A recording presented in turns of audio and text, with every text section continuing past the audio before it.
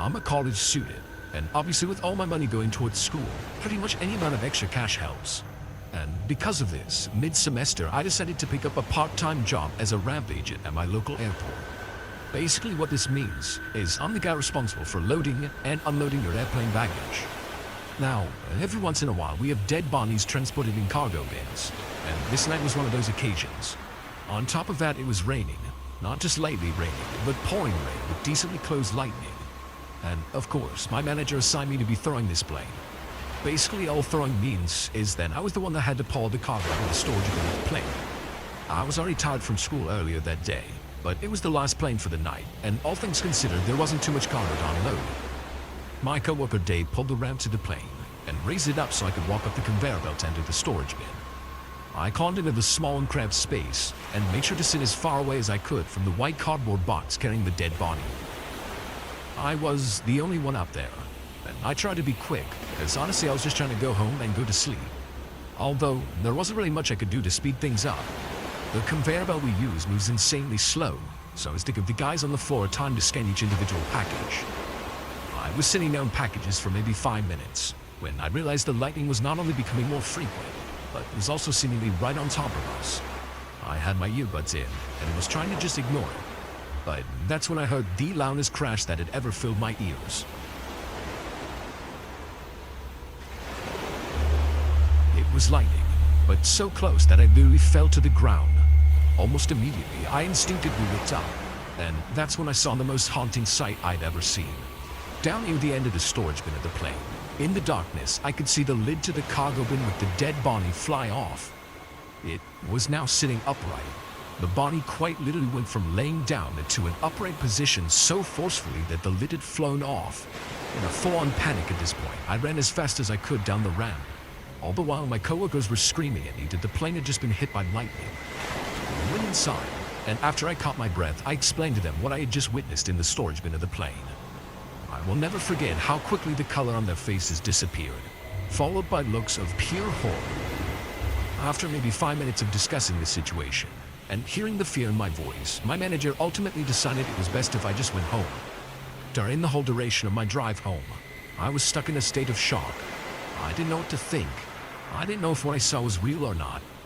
But shortly after I got home, at least part of what I saw was confirmed real, as one of my coworkers had texted me, and he explained how when he went back up into the storage bin, the lid to the cargo bin with the dead body was off, but that the dead body itself wasn't sitting up. I did some research on whether or not a lightning strike could give off enough energy to cause a dead body's muscles to tense up enough for it to physically sit up for a few seconds, but I couldn't find any results on this. So, to this day, I still have no idea whether what I saw could be explained by the lightning, a trick my mind was playing on me because of fatigue, or something else altogether. But either way, I would quit my job at the airport the very next morning. I honestly couldn't see the money as being worth it anymore at that point. The trauma I had experienced was far more than the money was worth.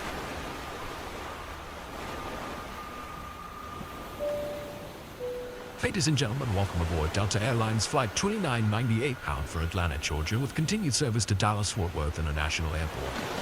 All carry-on items should now be disposed clearly either in an overhead bin or under the seating on it. This happened around 10 years ago, when I was around the age of 7. My family's always been one to travel a lot, and therefore, even though I was only 7, I'd flown in an airplane more times than I could count. Along with this, I'd also become very familiar with our local airport and its layout. This time specifically, we had shown up to our gate around 2 hours early. I remember waiting for around half that time when I had to use the bathroom. I told my parents this, and them obviously knowing I knew the layout of the airport, or at least enough to get to the bathroom, they let me go alone. And so I did. I made the 5-minute walk to the main bathrooms, which should be noted were actually the only bathrooms I knew of. It was around 3 a.m. at the time, and I guess it's when the bathrooms get cleaned, as they were completely roped off, which signified they were closed. I, again being 7 and not the best decision maker, proceeded to aimlessly walk around parts of the airport I was unfamiliar with to find another bathroom that I could use. And this led me to a hallway, which was sort of sectioned off from the rest of the airport. I thought I saw a bathroom sign near the end of it, and so I proceeded to walk down it. But when I was maybe halfway down the hallway, I clearly saw a head peek around a corner. It was a man. I instinctively stopped in my tracks. Hey kid, come over here."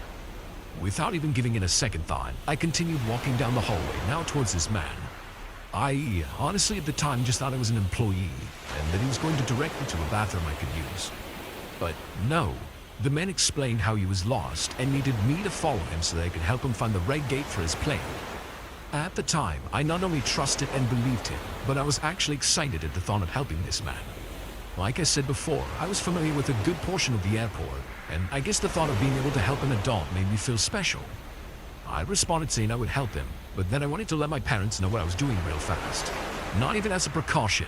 I was literally just excited and wanted to tell them. I told the guy I'd be right back. As I turned around and started back towards my gate, the guy began yelling at me and told me that we didn't have enough time as his plane was about to leave. But I responded telling him I would be quick. Shortly after exiting the hallway, I looked back at this other man practically running out of the hallway and down the stairs that ultimately led to the airport's exit. I figured that was that. I thought it was weird, but I never brought it up to my parents, and after finding a bathroom I could actually use, I practically forgot about the whole thing. Fast forward to a couple years ago, and some co-workers and I were talking about weird stuff that we experienced as kids, and that memory just suddenly came back to me. Being a lot older, it only took a second to connect the dots and realize what actually almost went down. It was a really disturbing feeling to only realize how much danger I was in years later. In retrospect, I definitely should have told my parents about it right after it happened. But I just hope the dude didn't try it on any other vulnerable kids like me. The fall semester of my junior year of university was spent studying abroad with my best friend in Florence. We had a blast exploring the city, checking out timeless works of art, partying every night, making new friends, and traveling the country. Before we knew it, 4 months had gone by and we were on the way to the airport for our flight home. The night before saw a huge snowstorm, something that is rare for Italy. The white-covered city sparkled divinely as we drove through, and I remember feeling incredibly bummed to be going home. Even though it was 5 days before Christmas and I missed my family, I wanted nothing more than to stay in Florence forever. That feeling lasted all of 20 minutes.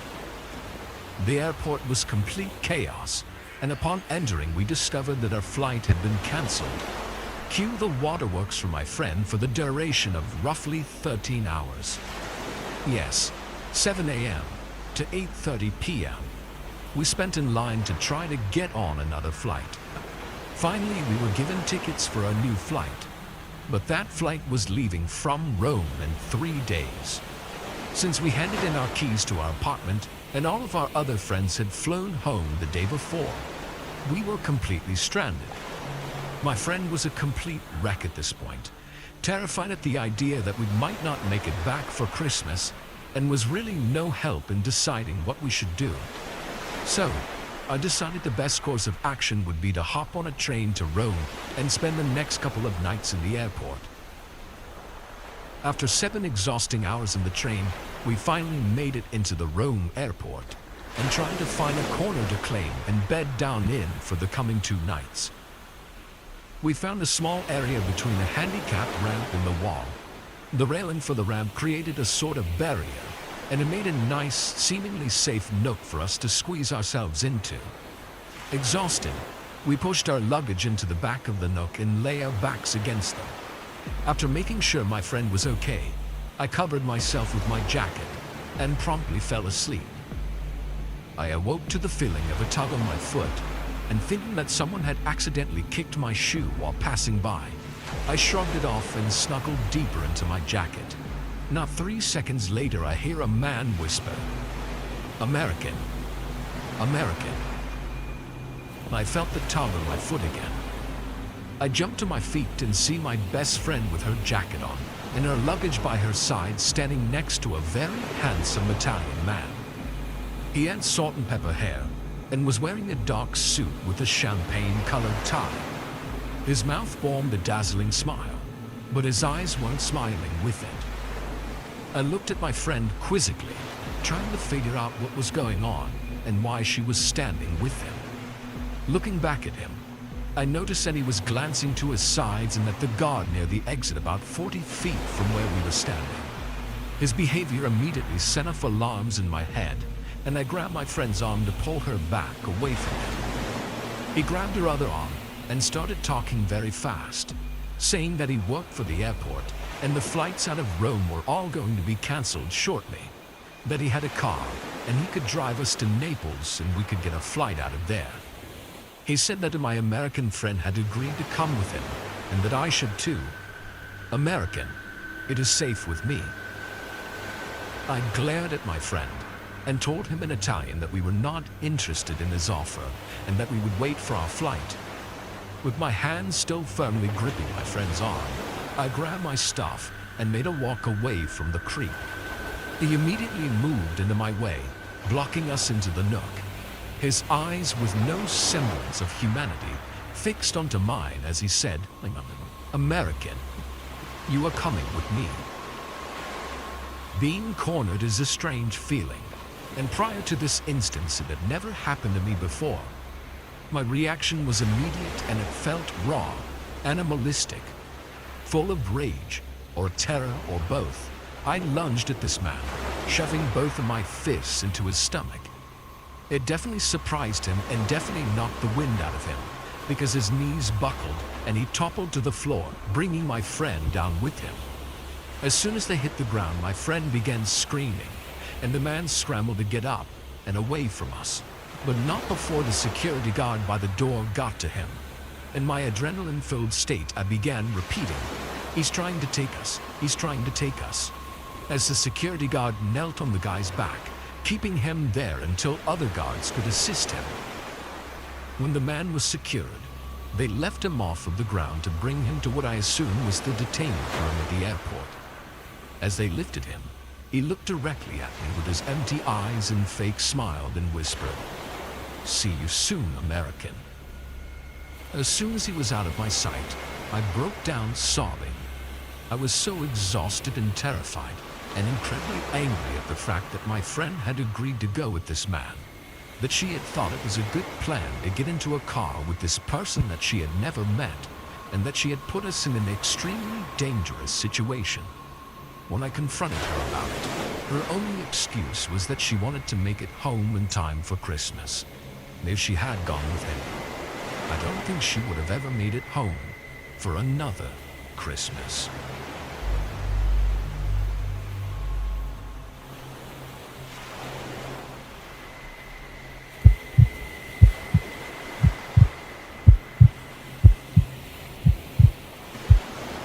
My family was pretty big on camping during the warm summer months, or at least my dad is.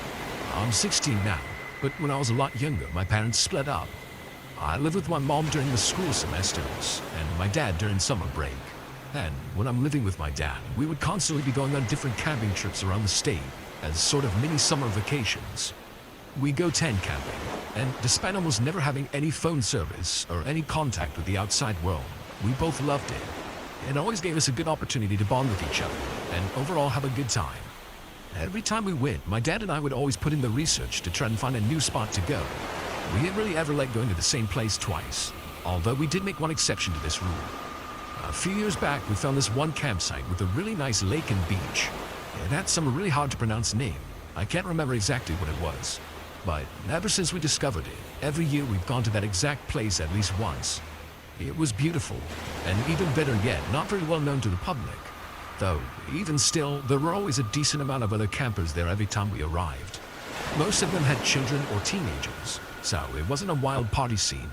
It pretty much got its reputation as an informal family holiday spot. And there was even a small building with toilets and showers installed nearby, even though it was practically in the middle of nowhere. Something I probably should have mentioned by now is that just a few days or so before my dad and I were going to go to this exact spot and spend the weekend camping, he actually adopted 2 German Shepherd dogs. I mean, it was so recent that he hadn't even come up with names for them yet. But regardless, we figured we'd take them with us on our trip. They were really well trained, and the instant my dad got them, you could tell they took a liking to him right away. So, it was me, my dad, and his 2 dogs. I remember this time in particular, we left later than usual. Late enough to where by the time we had actually arrived, the sun had pretty much already set. Definitely not a good time to have to build a tent. When we pulled into the site, we'd expected to arrive to other campers already set up and lighting up the forest with different campfires. But no, We were surprised to find out we were the only ones there. We had never been the only ones there. This place always had at least a few other campers. I mean, it was especially odd considering it was the middle of the summer and the weather had been and was expected to be really nice. Needless to say, this put us on edge, but we tried to ignore it and started taking stuff out of the car to build our tent. Building that tent was difficult to say the least, only because at that point it was pitch black outside, and if you've ever tried to set up a tent in the dark, you know I'm not lying when I tell you it's hard. As we were fumbling around in the dark, we could clearly hear a car pulling up somewhere nearby.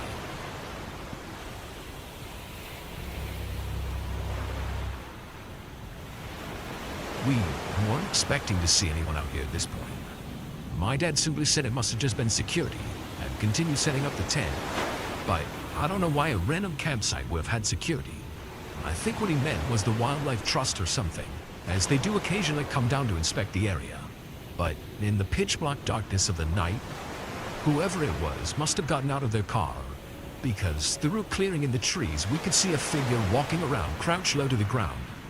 "Turn the flashlight off," my dad said in an almost panicked voice. What he said startled me, but I did what he said. Though it was clear we were too late. The figure already knew where we were, as the sound of footsteps was getting louder, making it clear the figure was approaching us. And that's when 3 flashlights turned on, and we realized it wasn't just one guy. There were 3 grown men, now only a few feet away from us. To our absolute horror, each one of them was carrying a large knife. Once my dad noticed this, he immediately got up, holding a camping mallet behind his back.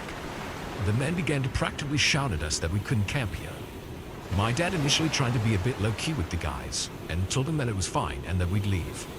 But this didn't work. The men kept coming closer to us. I remember shaking. I was utterly terrified, as I'm sure anyone would be in that situation. It genuinely felt like these guys wanted to fight, and I knew for a fact my dad against 3 grown men with knives would not have ended well.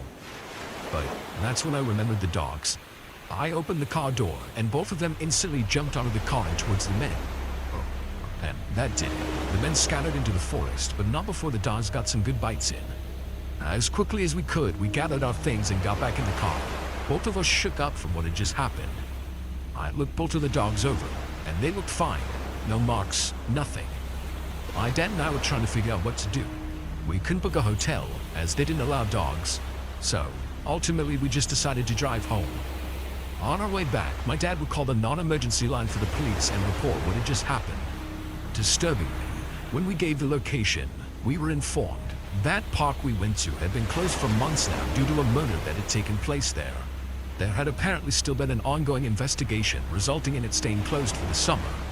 That did explain the lack of people there, but as we entered, we saw no signs informing us of this whatsoever. We would give the best description of the 3 men that we could, but you gotta remember, it was pitch black outside, and it all happened so quick, so I don't know how accurate we were. But apparently, the woman we spoke to said they may get in contact with us in the future, as one of the descriptions we gave supposedly matched a suspect wanted in relation to the murder. Though, at least so far, we haven't gotten a call back. This occurred in 2019, on a vacation my family and I went on in the summer.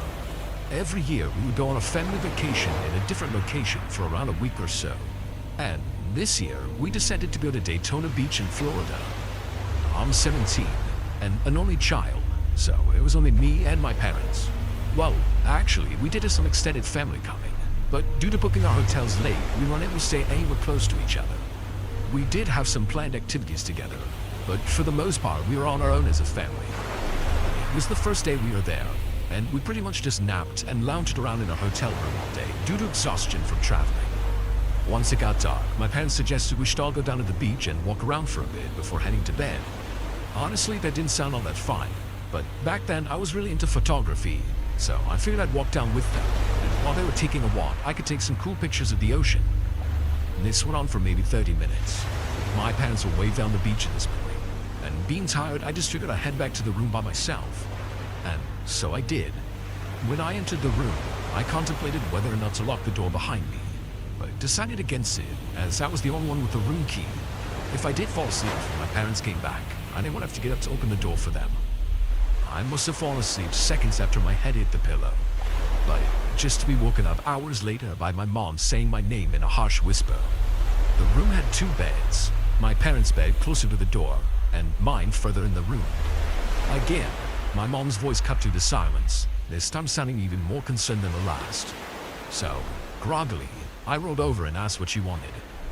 As my eyes adjusted to the dim moonlight coming in through the room's curtains, I saw her turn to look at me. It was as if she looked shocked to see me in bed. Her eyes got wide, and we both glanced back to where she was previously looking, just to see a hooded figure in all black standing over their bed. I was absolutely horrified. I tried screaming, but nothing came out. My mom nudged and whispered to my dad, who at this point was still asleep. All the while, the figure just continued to stand there, until finally my dad woke up, and everything else seemed to have happened in an instant. Suddenly, the figure booked it outside, followed not far behind by my dad. My mom was now screaming bloody murder. I tried to follow my dad, but lost him before even making it to the hotel exit. My mom would call the police, and shortly after, my dad would return having been outran by the figure. It turns out a couple other guests of that hotel had experienced something very similar that night, and even one of the workers there had reported to have seen a man testing multiple room doors to see if they were locked. What we figured must have happened is somewhere between me arriving to the room and my parents arriving, and this man must have let himself in. I mean, it made sense. I left the room unlocked for my parents and was completely out of it asleep on my bed. And I guess the figure must have hidden somewhere inside, which would explain how he wasn't noticed when my parents got back. We would of course give the police our statement, but to this day we still don't know whatever ended up happening. Needless to say, this experience caused us to be completely on edge for the rest of our vacation. This happened around 2 years ago. My friend and I, female and both 16 at the time, were vacationing in a small national park in California. It was technically my friend's family vacation, but I was close enough to her family to where they were happy to invite me. It was only over an extended weekend, so it wasn't like I was intruding on an expensive multiple-week vacation or anything. We stayed in a hotel in a somewhat touristy area on a decently busy street. And this night, being teenagers, we begged my friend's parents if we could go off alone to go play mini-golf. The other night I'd been looking on the Snapchat map and was able to see a mini-golf course nearby. I remember suggesting we should check it out, and we figured this night would be perfect. It was only about 4 blocks down from our hotel, and we insisted on walking there alone. After a bit of pleading, our parents agreed, as long as we were back before dark. When we got there, we quickly realized the course itself was in terrible condition. It looked abandoned. I mean, all the bushes were overgrown, half the holes were flooded. You get the idea. Though, in my mind, this wasn't a bad thing. Maybe this meant we wouldn't have to pay. We saw another group of teenagers playing in the distance, and considering there were a couple clubs and golf balls lying around, we just started playing. We played the first half of our game, and nothing eventful happened. But that's when we noticed a man, probably in his mid-20s or early 30s, just following us around the course. The group of teenagers that had been there had left at this point, meaning it was just me and my friend alone with this dude. After getting a better look, I realized the guy had on what looked like to be a work uniform for the place. Maybe the place wasn't abandoned. Maybe we really were supposed to pay. And both me and my friend figured he was coming to kick us off. But no, he was just lingering around close to wherever we were. Finally, the guy approached us and asked us how old we were. He said he was asking us because he needed to verify we were young enough to be eligible to play for free. And so we told him our age. Looking back, I regret doing this, but he replied simply saying, "Oh, okay." We thought that would get him to leave us alone, but he didn't. He kept asking us questions like where we are from, what grade we are in, who we are with, and personal stuff like that. We didn't engage much in the conversation, and kept shooting looks at each other as if to both agree the situation was getting weird. I guess he picked up on this, and finally he left us alone. We finished playing our game, and at that point it was actually starting to get really dark. As we exited the mini-golf course, I noticed something.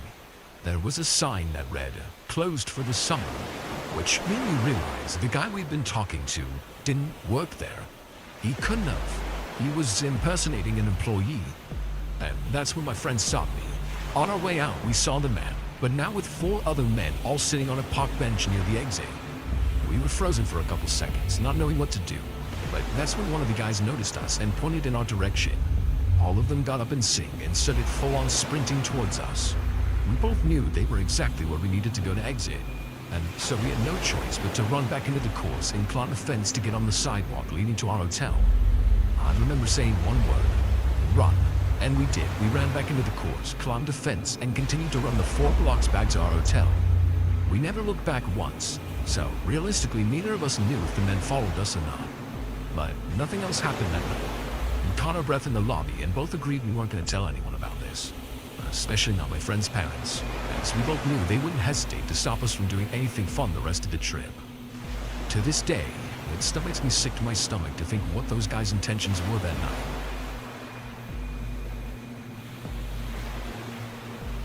It was a completely normal, boring school day.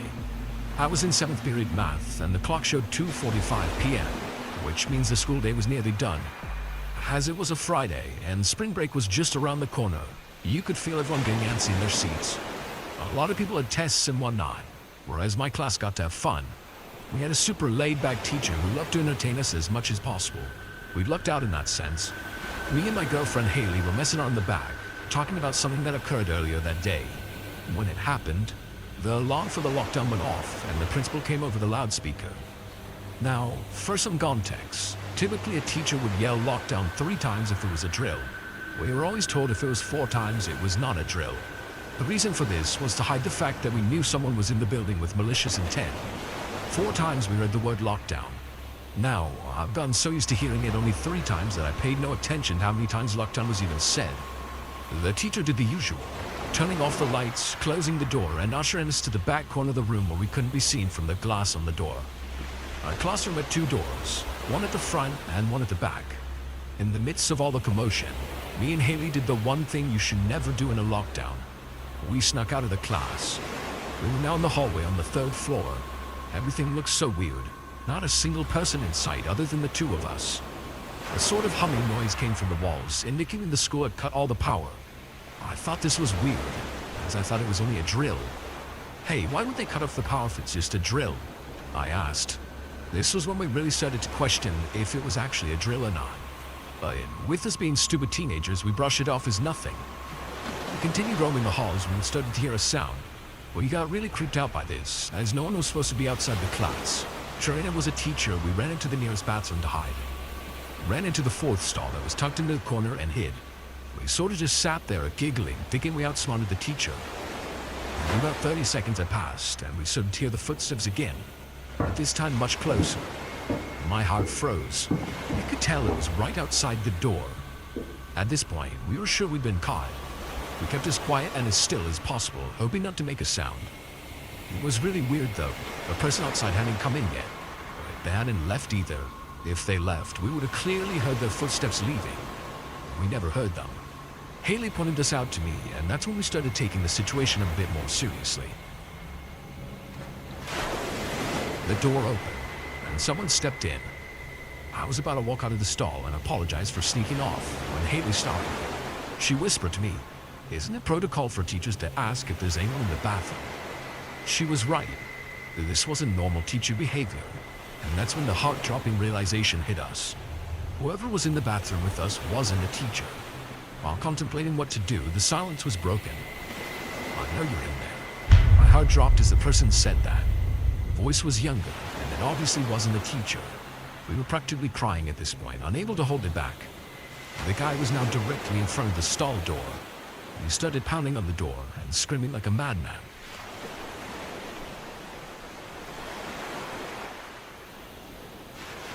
As this was happening, though, I heard the door open again, followed by the familiar voice of my teacher, Mr. Taylor. "Hey, what the hell are you doing?" I heard a scuffle outside, and I immediately rushed to aid my teacher. Eventually, we got the guy held down, and the cops were called. Apparently, the man was an escapee from a mental asylum near the school. Thankfully, no one got hurt.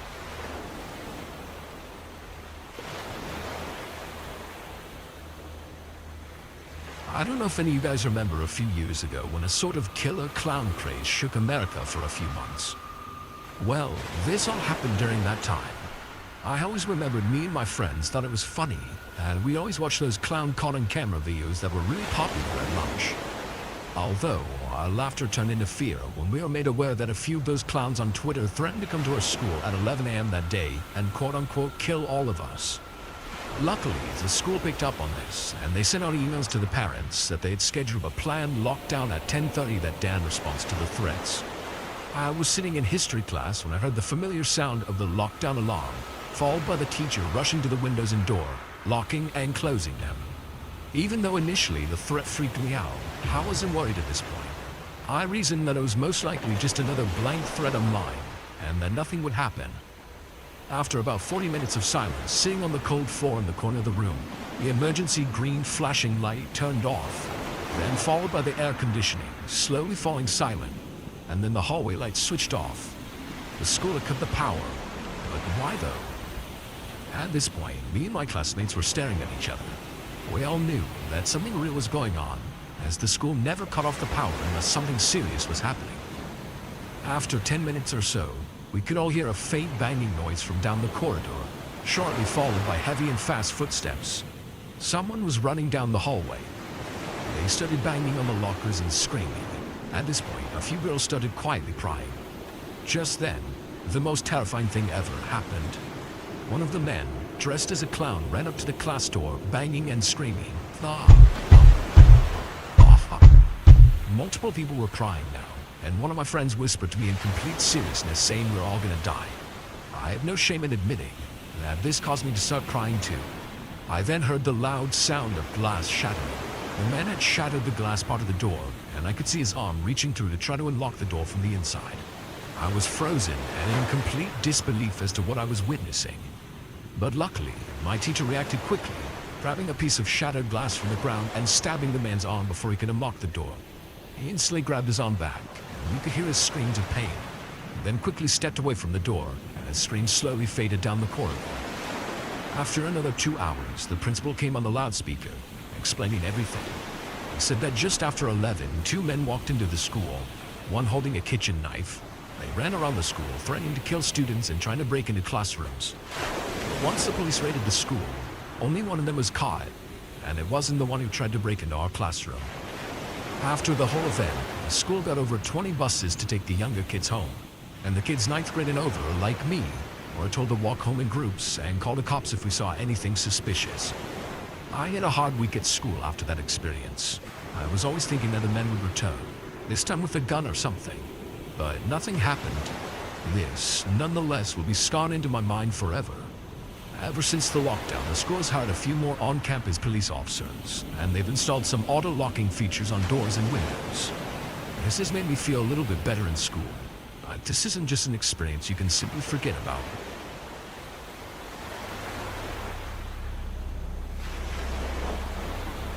I live in the middle of nowhere. The school I go to has maybe 500 students in total. That's enough for everyone to know everyone's name. Regardless, this day our school went on lockdown.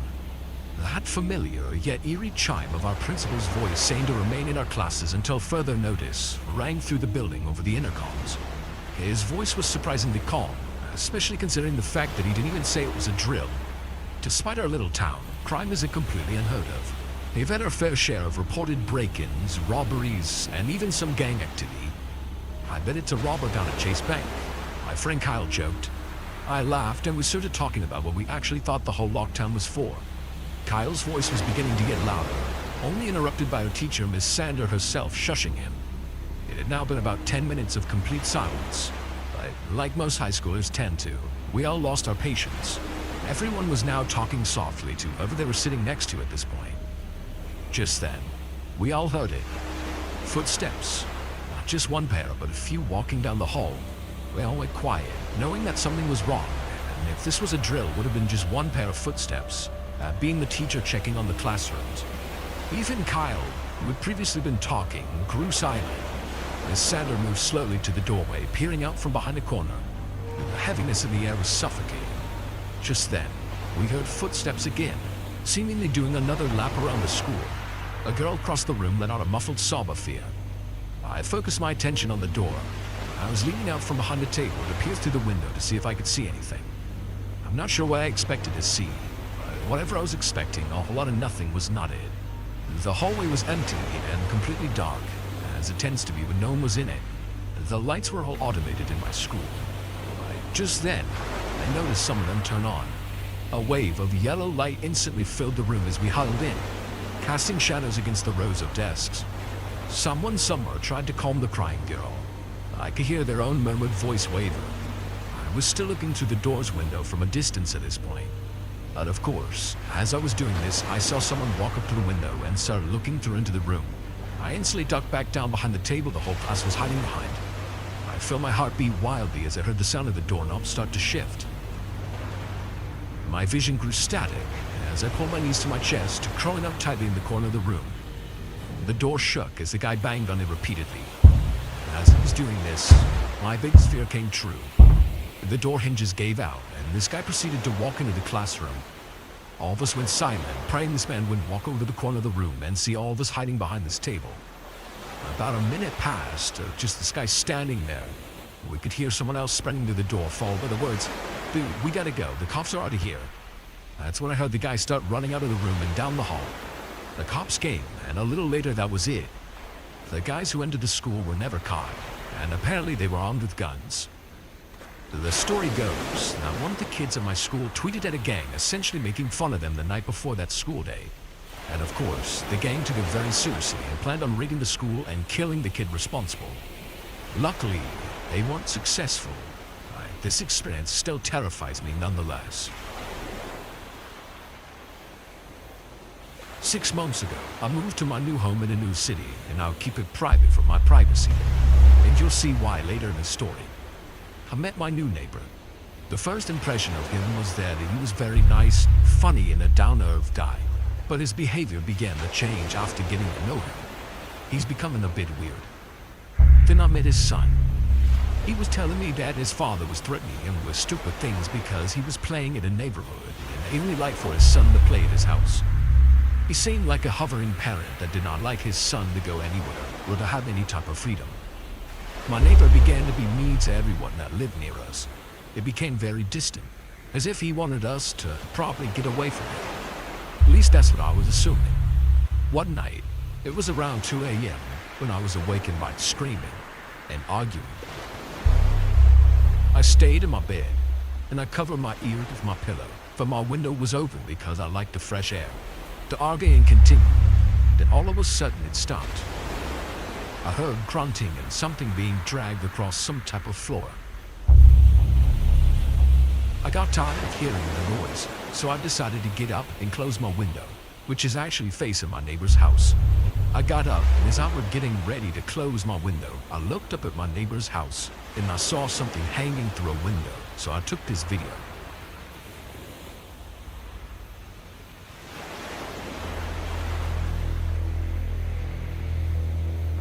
I didn't know what this was, but the prior argument that I heard told me that that was a body hanging from its ceiling. I shut my window very quietly, and I called the cops. But I whispered while I was on the phone with them. I don't know why, and at that point I didn't want to know why that happened. The person that he was arguing with was one of his son's friend's father. They were arguing over something my neighbor said to his son's friend. The police eventually came and they arrested him. I told him not to come over here, so I didn't have to make it reports, so I went down to the station. A neighbor has already been through trial, and he actually received the death sentence, but I don't want to give too much information because it'll bring up who I am.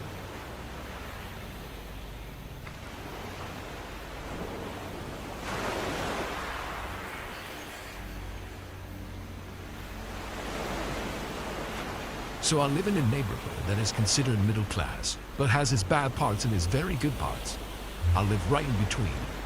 One night, I got off of work pretty early because we didn't have that many customers coming in and out. By the way, I'm working a locally owned restaurant. It was the winter time, so we get dark outside pretty early at around 5 p.m. I drove home at around 6, went into the apartment and just relaxed like usual. At one point, I was on the phone with one of my female friends, and I heard something by my room outside. We live on the first floor, by the way. I thought maybe that someone was just walking by, but the noise continued. Again, I didn't think anything of it because my room faces our front parking lot. The sound continued, but it was a little lower, as if it were further away. I got off the phone with the girl, and I looked outside. I saw a woman standing by my brother's car and my car in the middle of the parking lot. I yelled for my brother, not because she was simply standing there, but due to her back being bent backwards in an unnatural way and her screaming. He came to my window, opened it, and screamed out for her to move. All of a sudden, she fell on her back, got up and ran away. After that, we looked at each other and began to laugh. Eventually, I went to sleep. I woke up to the same sounds from earlier. This time, I knew exactly what it was, so I took my phone out to record. She was in a darker area that had no lights. But this is what I caught on camera. She was here. She was like outside in the front around my brother and my car, and she was just standing by my car, just looking at it. And she was like talking for herself. And she was there for like at least 10 minutes, and then she went to my brother's car. She's just saying all kinds of crazy stuff and talking to herself. For right now, it's like, where's my clock? It's like 4 in the morning, dude. It's 4 a.m. You know what I'm saying?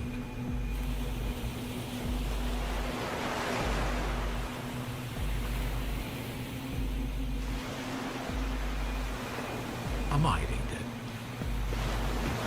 They did not each other. Then dawn. Either. I went back inside and I waited it out with my gun. I didn't go back to sleep, and the lady ended up leaving. I don't know if she was a tweaker or possessed.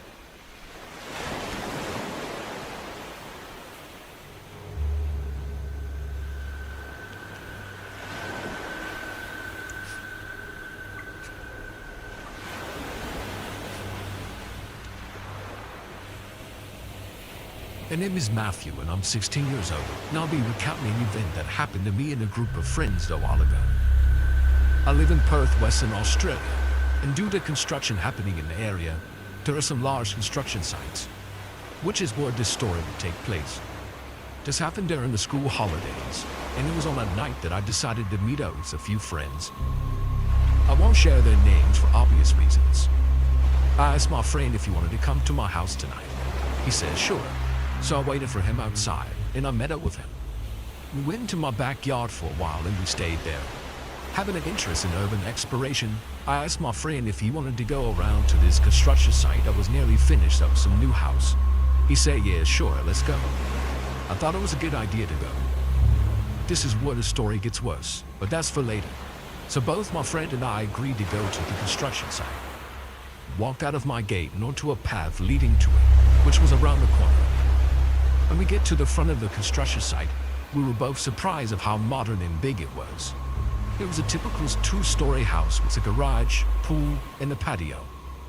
I recall walking him to the left side of the house, where a narrow path was to get to the backyard.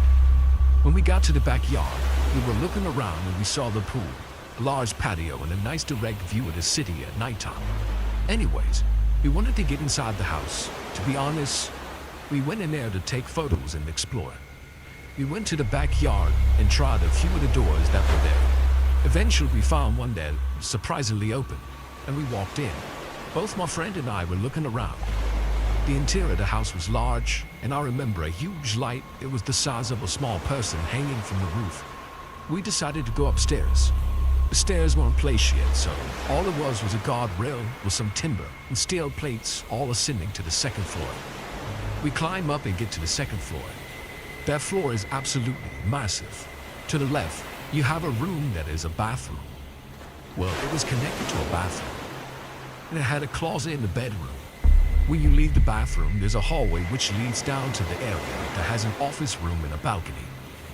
We moved back to the bathroom area, and we turned the light on to have a better look around the room.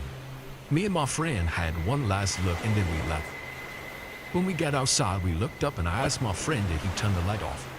He said no, and I went to accompany him while he did. This is where things start to frighten me. As I'm waiting downstairs for him, all of a sudden I hear this pounding and yelling. There was someone yelling, "What are you doing?"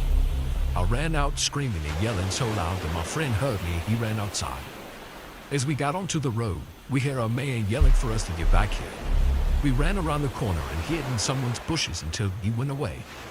My friend and I decided to go for a walk. As we were walking, our other friends called us, and we told them what happened. They were eager to come check out the house too. So me and my friend, we get home and wait for the other two friends. Eventually they came, and I told them all the events that happened. and my other friends were eager to go check out this house. So in total, there were 4 of us. When we got to the house, we all decided to split in 2 groups. There was 2 of us going one way and 2 of us going the other way. Pretty much me and my friend went inside to explore, and the other 2 stood outside keeping watch. Both my friend and I we both have our flashlights on. We were walking around the whole bottom floor to make sure there's no one in there. I recall walking toward the staircase with my other friend, checking out the house. As I was walking, I stepped on a small rock and made a cracking sound. As soon as that happened, something absolutely terrifying happened, and that fueled my adrenaline. At this point, this is where I started to record a short clip of what happened.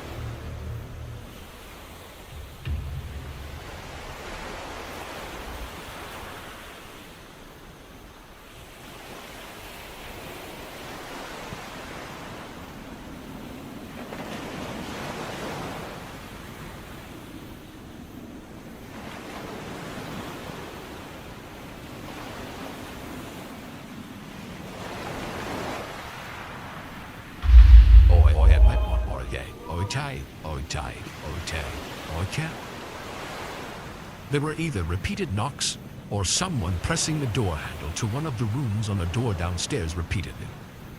Both my friend and I, we were out of there so fast and shocked, we were yelling and screaming. We eventually get outside and we tell our other friends what happened. They also asked what happened, and we said, as we were exploring halfway in, we heard a few knocks or rattle on the door handle. They were just as shocked as I was. I asked who did the knocking. They asked me what I meant. They were in the front keeping watch. Still to this day, this event scares me and has somewhat taught me a lesson. And that's not the trespass. I, a pizza guy, intercepted a kidnapping during a delivery. I deliver pizza, and I've been having a really busy night, non-stop back and forth, without any time to even pause and take a leak. I'd been so busy that I wasn't really thinking about bathroom breaks.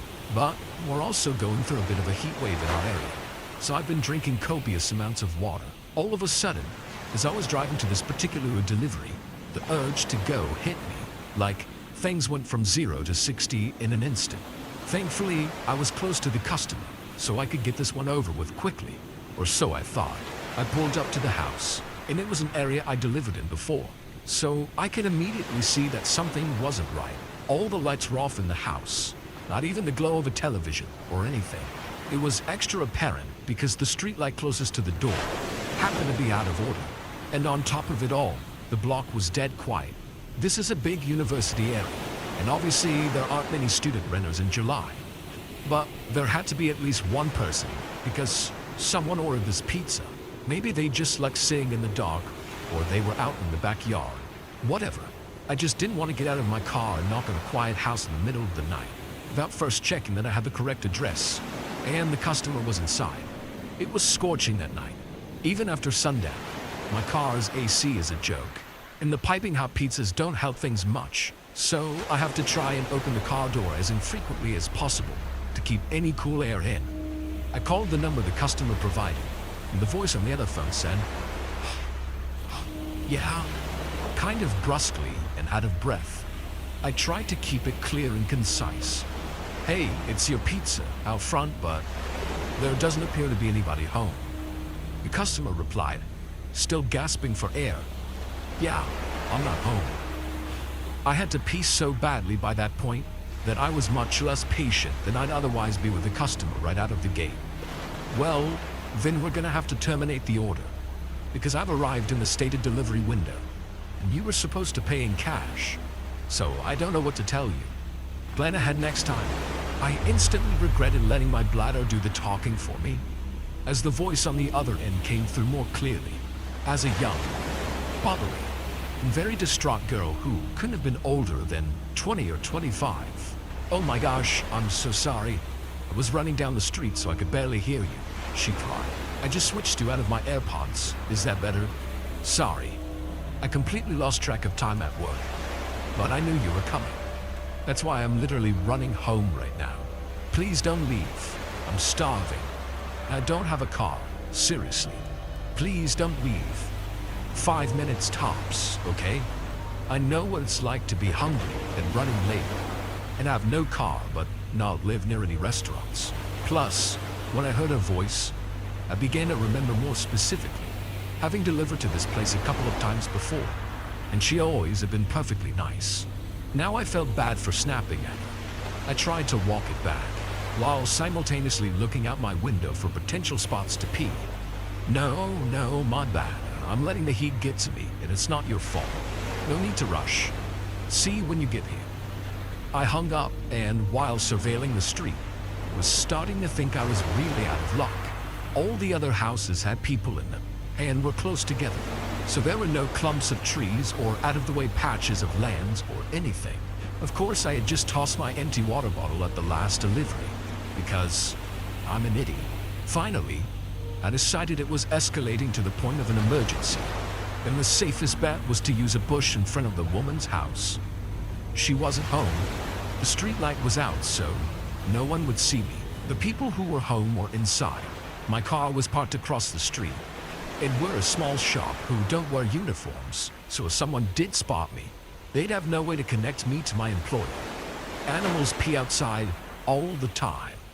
Humans are animals. This is fine. I scurried over to the tallish bush in the front yard. She didn't really have that much of a yard, more just a walkway lined with bushes and flowers that ran adjacent to a front door. The biggest cluster of bushes. The only one where I could be sure there would be no visible splatter on the side of her house was about 4 feet from her door. I looked both ways, unzipped, and let fly. After the initial millisecond of relief, I noticed the sound was way off.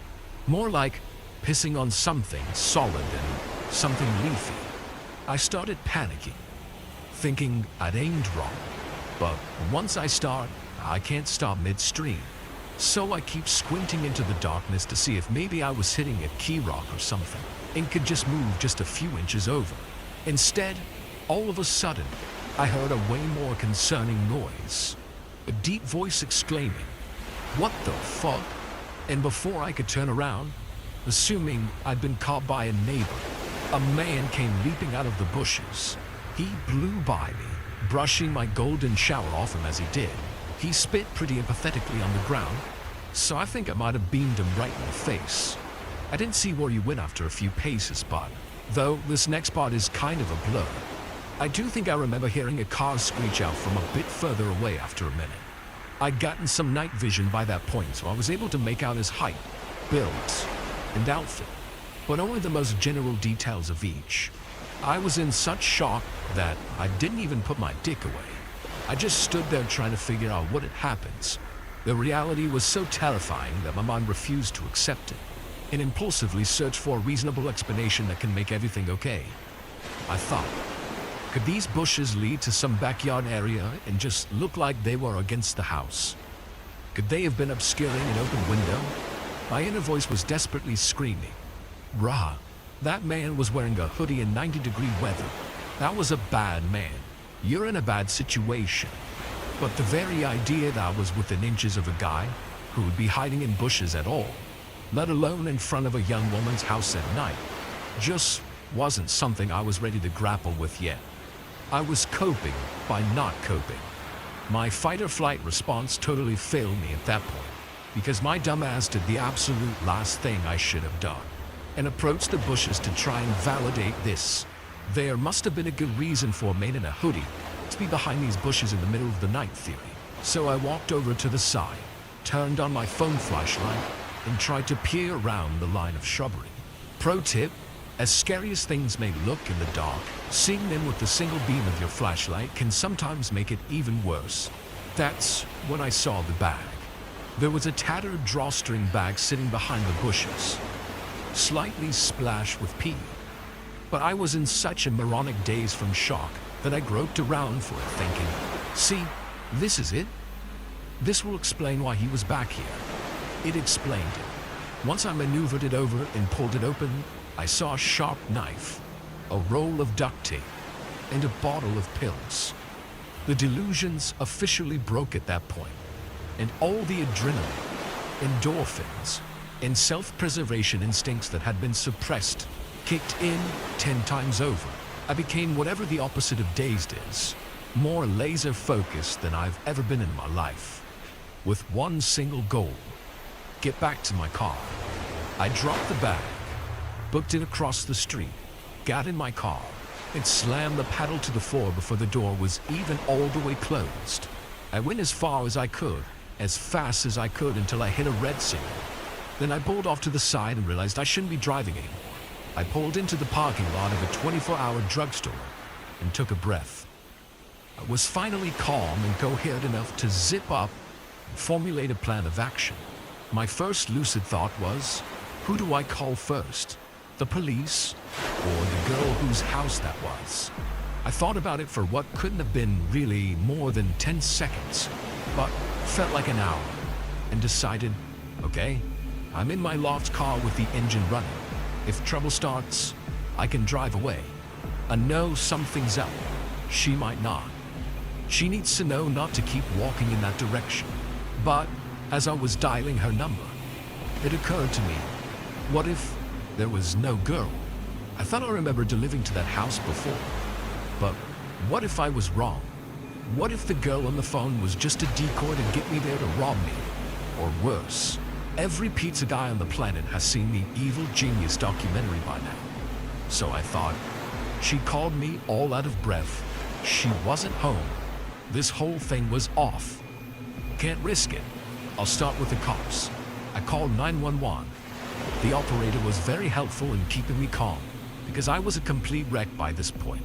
He kept assuring me that someone would be there soon.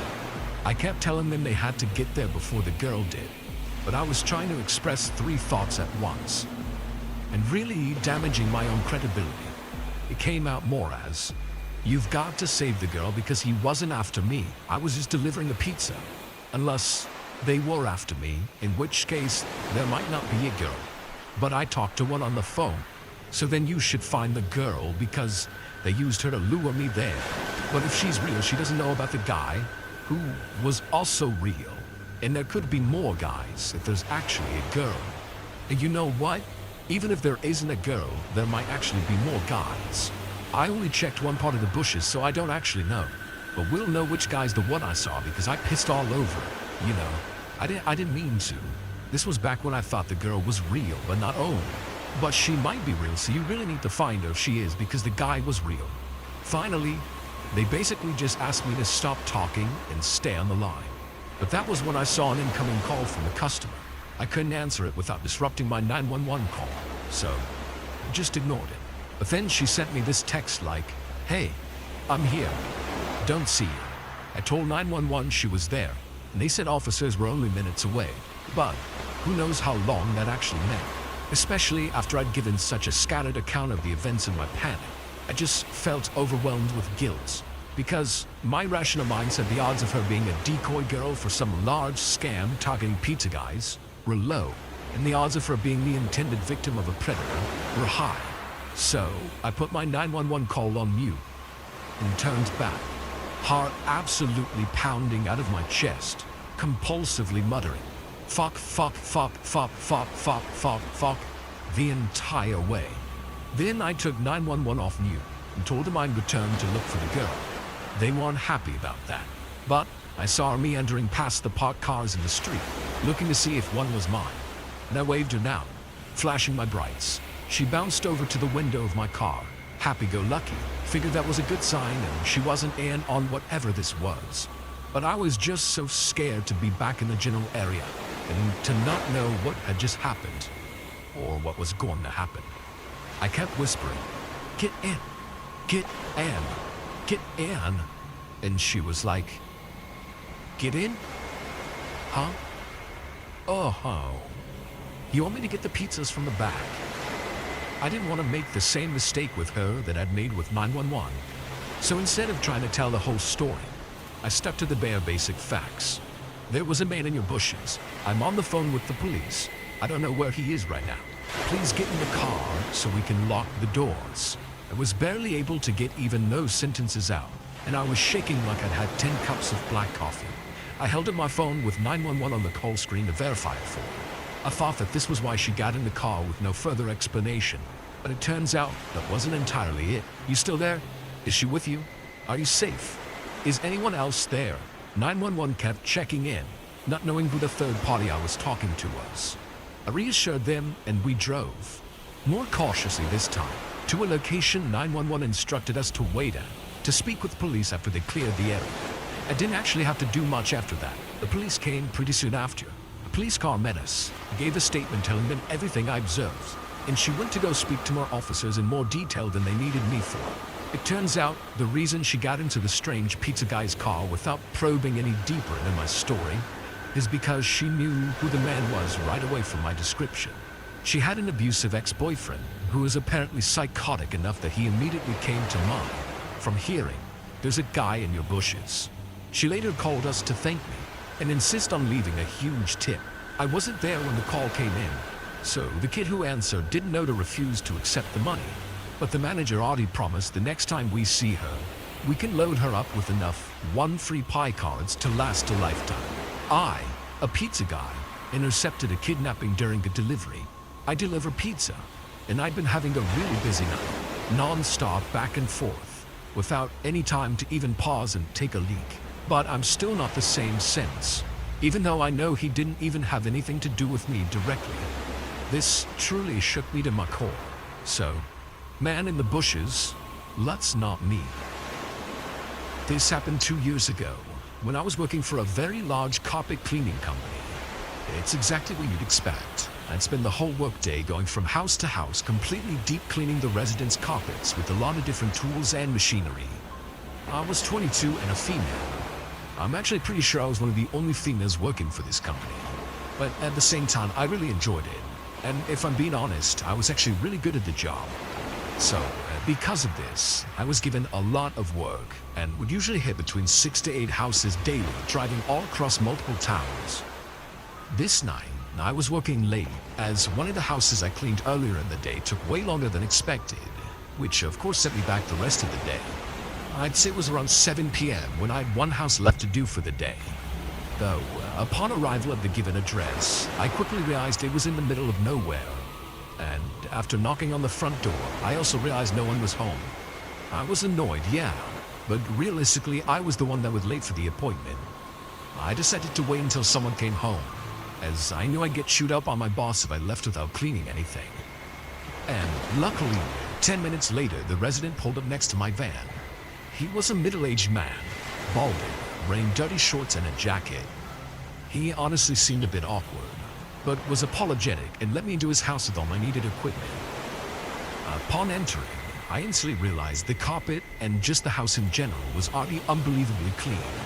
I mean, it even smelled like cleaning supplies had just been used. To be honest, it was a little weird. I wasn't used to seeing already clean carpets upon arrival. I was genuinely questioning whether me cleaning them would even make a difference. But regardless, I followed protocol and pulled out my company laptop to calculate how much it was going to cost before starting. Hey, do they keep track of where you are on that thing? His question caught me off guard. That was an immediate red flag. After the initial shock from the question, I replied saying that it did, and that my boss knew exactly how long each job should take. In reality, this was a complete lie. The laptop was literally just used to run a program that can calculate how much to charge a customer based on the inputted amount of work. But I felt like I had to lie, and there was definitely something off about this guy. Regardless, I started cleaning.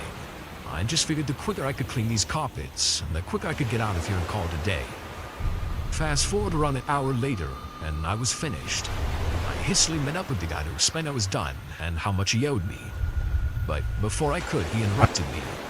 He asked me if I could also clean his basement carpets, as he forgot to list them when he ordered the service. My heart literally dropped. I just wanted to be done with this and get out of here. But my stupid customer service conditioned brain couldn't figure out how to get away with saying no. The guy led me to his basement door, opened it, and gave me a hand signal as if to gesture that I was to go down first. I hesitated, but ultimately I did. Once I got to the bottom, I was horrified. The basement looked horrible compared to the rest of the house. Not only was it unfinished with no carpet whatsoever, but there were clearly 7 deep freezers lining the walls. In the middle of the room was a lit, low-hanging ceiling light revealing an old television set, VHS tapes scattered all over the floor, and an old recliner facing the TV. Behind the set were two white shelves full of VHS tapes. The whole while I'm looking at the basement, the guy stood at the top of the steps blocking the doorway with a disturbing smile on his face. I looked up at him and said, yeah man, let me go get my stuff. With absolutely no intention of cleaning anything, I just wanted to get out of there. I held my breath and began to walk back up the stairs. The whole while, all I could hear was my own heartbeat in my ears. But as I got to about the third stair from the top, the guy was still blocking the door, with still that disturbing smile on his face. I stood there for maybe 20 seconds, just looking at the guy, waiting for him to get out of the way. When, I swear, I could hear footsteps in the basement behind me. Out of pure instinct and adrenaline, without even looking back, I charged towards the guy in front of me. Luckily, I was able to break past him, and right as I did, I beelined it out of the front door and into my van parked outside. I was leaving thousands of dollars of cleaning equipment behind. But honestly, in that moment, I didn't care. I legitimately felt like my life was in danger. As I was pulling away, I glanced back at the house one last time. And I saw the same man looking out one of the windows, now with no smile on his face, but rather a cold, hard stare. I thought I could see another person, but I honestly don't know. The whole memory is sort of just a blur. The truth of the matter is that my boss would not have noticed I was missing for at least 24 hours when I didn't show up for my shift the next day. The next morning, I would call my boss, tell him everything, and ultimately quit that very day. As far as I know, they got the police involved, but I try to distance myself from the whole situation, so I really don't know what ended up happening. I suffer PTSD over this experience. That day still haunts me, and to this day, I can't explain what I found in that basement, or the sounds of footsteps I thought to have heard behind me. But one thing's for certain, I believe that man, and whoever else was there, had planned to kill me that night for some sick reason or another. I've always really liked chat rooms. I think they're a really great place to be able to meet new people and be social online. Since I've always been a pretty introverted person, chat rooms have helped me meet some of my closest friends, where I wouldn't have to deal with the awkwardness of actually going out and talking to new people.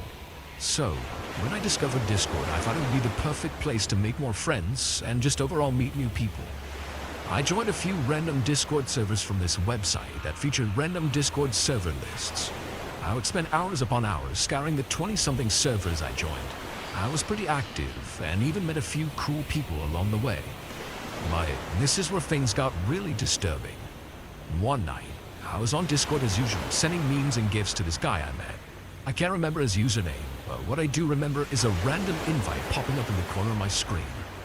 It said I'd been invited to a server with a name I couldn't pronounce. It wasn't in English, or even any language I can recognize for that matter. It was a little strange. The picture icon was some sort of cartoon character I had never heard of, nor seen before. It was a face, deep purple in color with these frightening, realistic crimson red eyes. It was a little unsettling if I'm being honest. Though, I was drawn in at this point. I hovered my mouse over the accept button and eventually clicked it. The page loaded straight away, and I was in the server. The thing that struck me immediately was that there was only one Discord room on the whole server.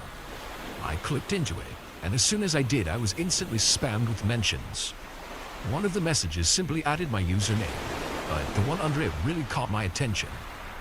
It said that in order to be able to properly accept me into the circle, they would need the following. The message proceeded to list out some very disturbing items, one even including a jar of actual blood. It said to leave all the items outside my front door and they'll be collected. The next message told me to have the offerings prepared by midnight tomorrow. They literally used the word offerings. At this point, I was a little more than disturbed and didn't respond to the messages. Though, at the same time, I felt it was more than likely just some sort of prank. So I left the server, logged off, and didn't think about it for the rest of the night. A few weeks had passed without incident. That was until I got home from work late one night to notice my front door was unlocked. Though, I reasoned I just forgot to lock it as I was in a rush earlier in the morning. I quickly forgot about it and got on my computer like every other night browsing the web. But this time, when I turned on my computer, I noticed I had a Discord message. It was a private message from one of those people from that disturbing Discord server I left weeks ago. I have no idea how this message was even sent, as I had private messaging set to only accept messages from people on my friends list. And this guy obviously wasn't listed as one of my friends. I noticed there were actually two messages. The first stated I had failed to present my offering, and the second literally threatened my life. My heart started racing. This isn't funny anymore. Please leave me alone. I messaged back, but right after I hit send, I regretted it. I should have just ignored it like last time. In a panic, I unplugged my computer and tried to slow my rapid heartbeat. I realized how shallow my breathing was and how tight my chest felt. A few minutes passed, and I thought it would be best to just go to sleep and get my mind off of whatever just happened. But I laid in bed for hours. I couldn't sleep. It was close to 4 a.m. at this point. Every time I closed my eyes, I saw the face of that cartoon icon. Again, I began to think it was just a prank somebody was pulling. But how these people found my account to invite me to the server in the first place still didn't make any sense, or even how they messaged me when they weren't on my friends list. I was again questioning if whoever these people were had actually shown up to my house to check for the so-called offerings, and if so, how they would have gotten my address. Though all these thoughts were instantly drowned out by the heart-dropping sound of rustling coming from my closet. This wasn't the sound of something that could be easily explained, as it was a continuous rustling sound. I was literally frozen in my bed. But once I had actually grasped the severity of the situation, I grabbed my phone off the nightstand and full-on sprinted out of my room and outside. I would have ran to my neighbor's house, though my neighborhood is so spread out that the nearest neighbor was over a half-mile away, with nothing but forest in between. All I could do was stand outside on the street, looking up at my bedroom window as I frantically dialed 911. It took about 10 minutes for two officers to pull up. I told them about what exactly had happened, and I went inside with them as they searched the house. One of the officers went downstairs, while I followed the other upstairs. We checked the closet, but nothing. Just then, we heard shouting from downstairs, followed by a gunshot and shrieks of pain. Yeah. What? The officer next to me charged downstairs in response to find a dirty-looking man, maybe mid-30s, laying on the ground with a gunshot wound in his leg. This guy had a gun, and that resulted in the other officer shooting him in the leg. They instantly put him in custody and called for an ambulance. I was highly shook up after that encounter. This guy must have somehow unlocked my door and hidden my house all day. First in my closet, and then when I ran out of the house, assuming I called the cops, he attempted to hide in my basement. Now, whether this guy had anything to do with that Discord server, I still don't know to this day. My getting a death threat message the same day someone broke into my house with a gun and hid in my closet can't be a coincidence. Either way, I'm never using Discord again. This happened during my struggling years after high school. I was coming home from a friend's house. It was the end of the month and I wanted to save as much as possible. So, instead of taking a bus, I borrowed my friend's old bike for some days. I was riding down the empty road. The hazy streetlights and chirping crickets were my only companion. I was passing a closed pawn shop when my eyes went to an advertisement on the wall.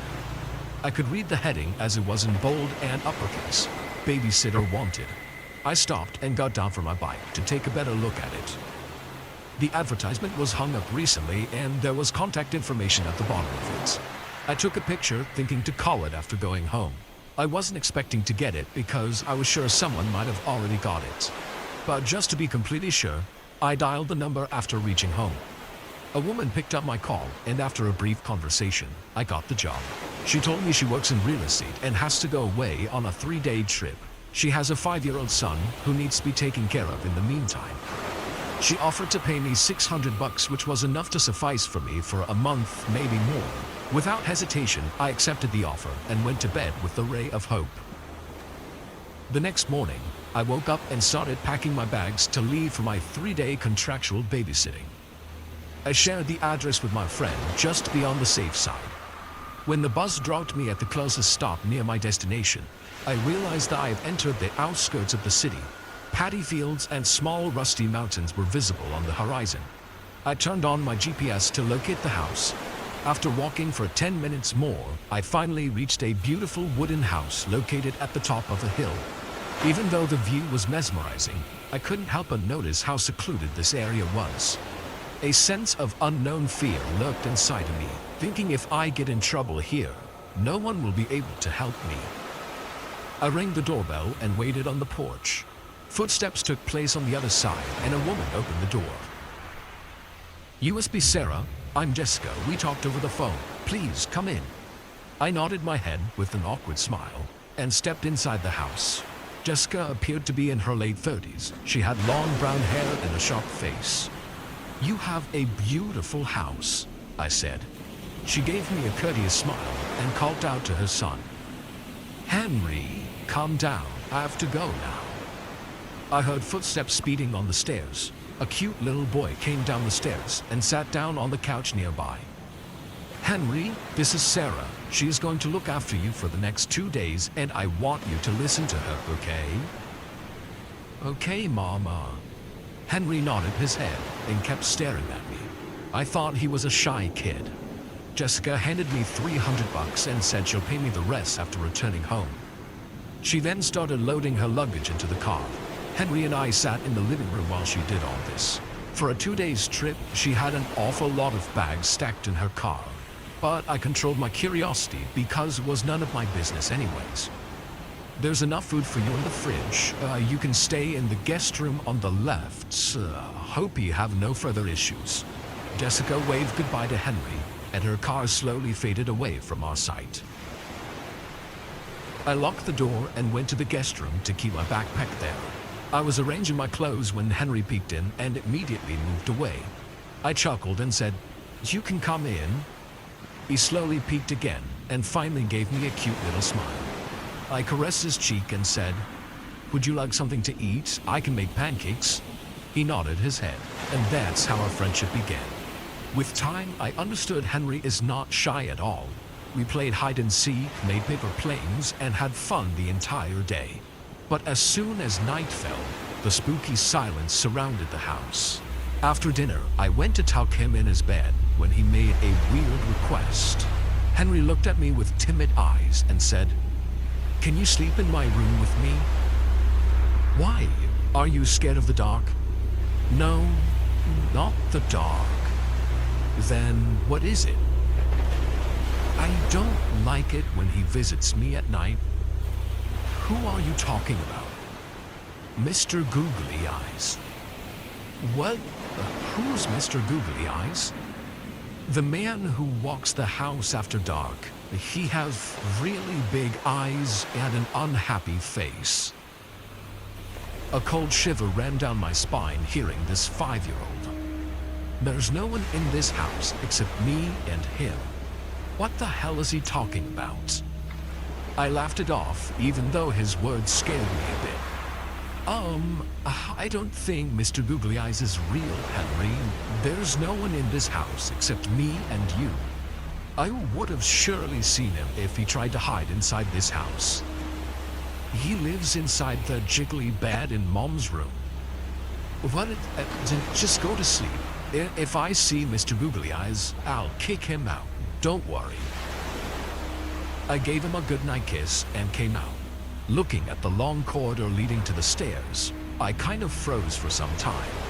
The dim yellow lights of the dark passage created a spooky ambience. I came downstairs and stood in the living room. The house was in complete silence. The only sound that took place was the ticking of the big grandfather clock. Jessica's room was on the right side. I told myself that kids come up with all kinds of imaginative tales, and this story of Mr. Googly Eyes was nothing more than one of them. Still, something in the back of my mind kept telling me Henry wasn't lying to me.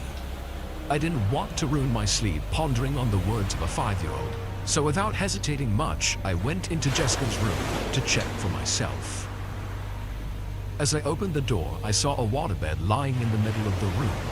There was an almirah in the corner and a big mirror hanging from the wall. This room is way cleaner than the entire house. I could even smell the bleach and washing powder inside that room. I checked the entire room and became sure that no one was hiding here at all. I heaved a sigh of relief and went to bed.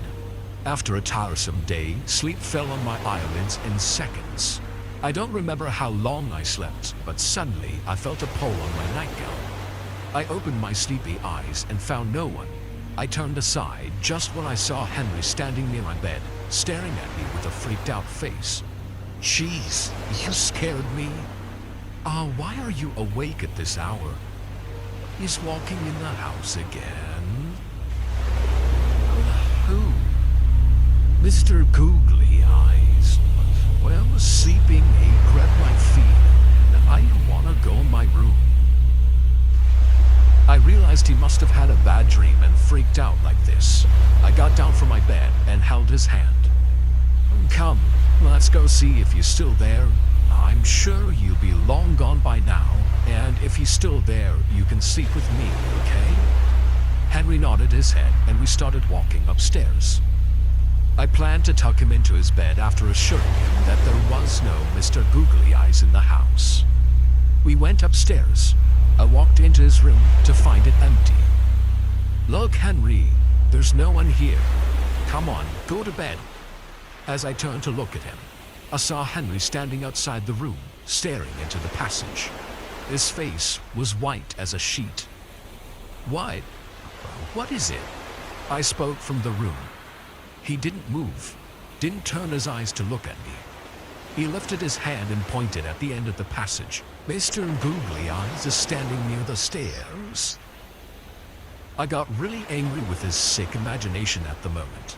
I rushed to him, saying, "Oh, stop it, Henry. There's no Mr. Googly Eye."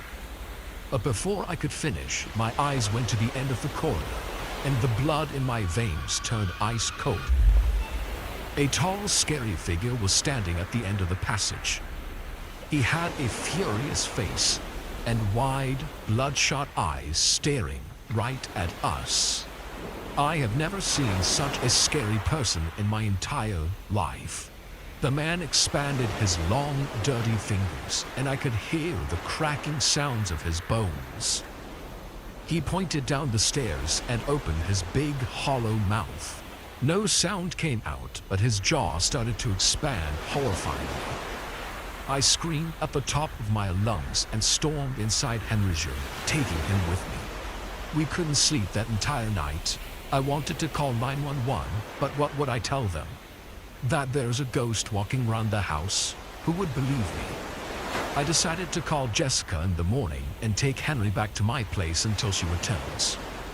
But when the first ray of morning light entered Henry's room, I slowly opened the door and came out. We checked the entire house, and it was normal again. I called my friend to come pick us up, then dialed Jessica's number, but the calls went to her voicemail. I was waiting for my friend to arrive when Henry screamed once again. I turned back and saw him standing outside of Jessica's room with that same freaked out face from last night. "What is it, Henry?"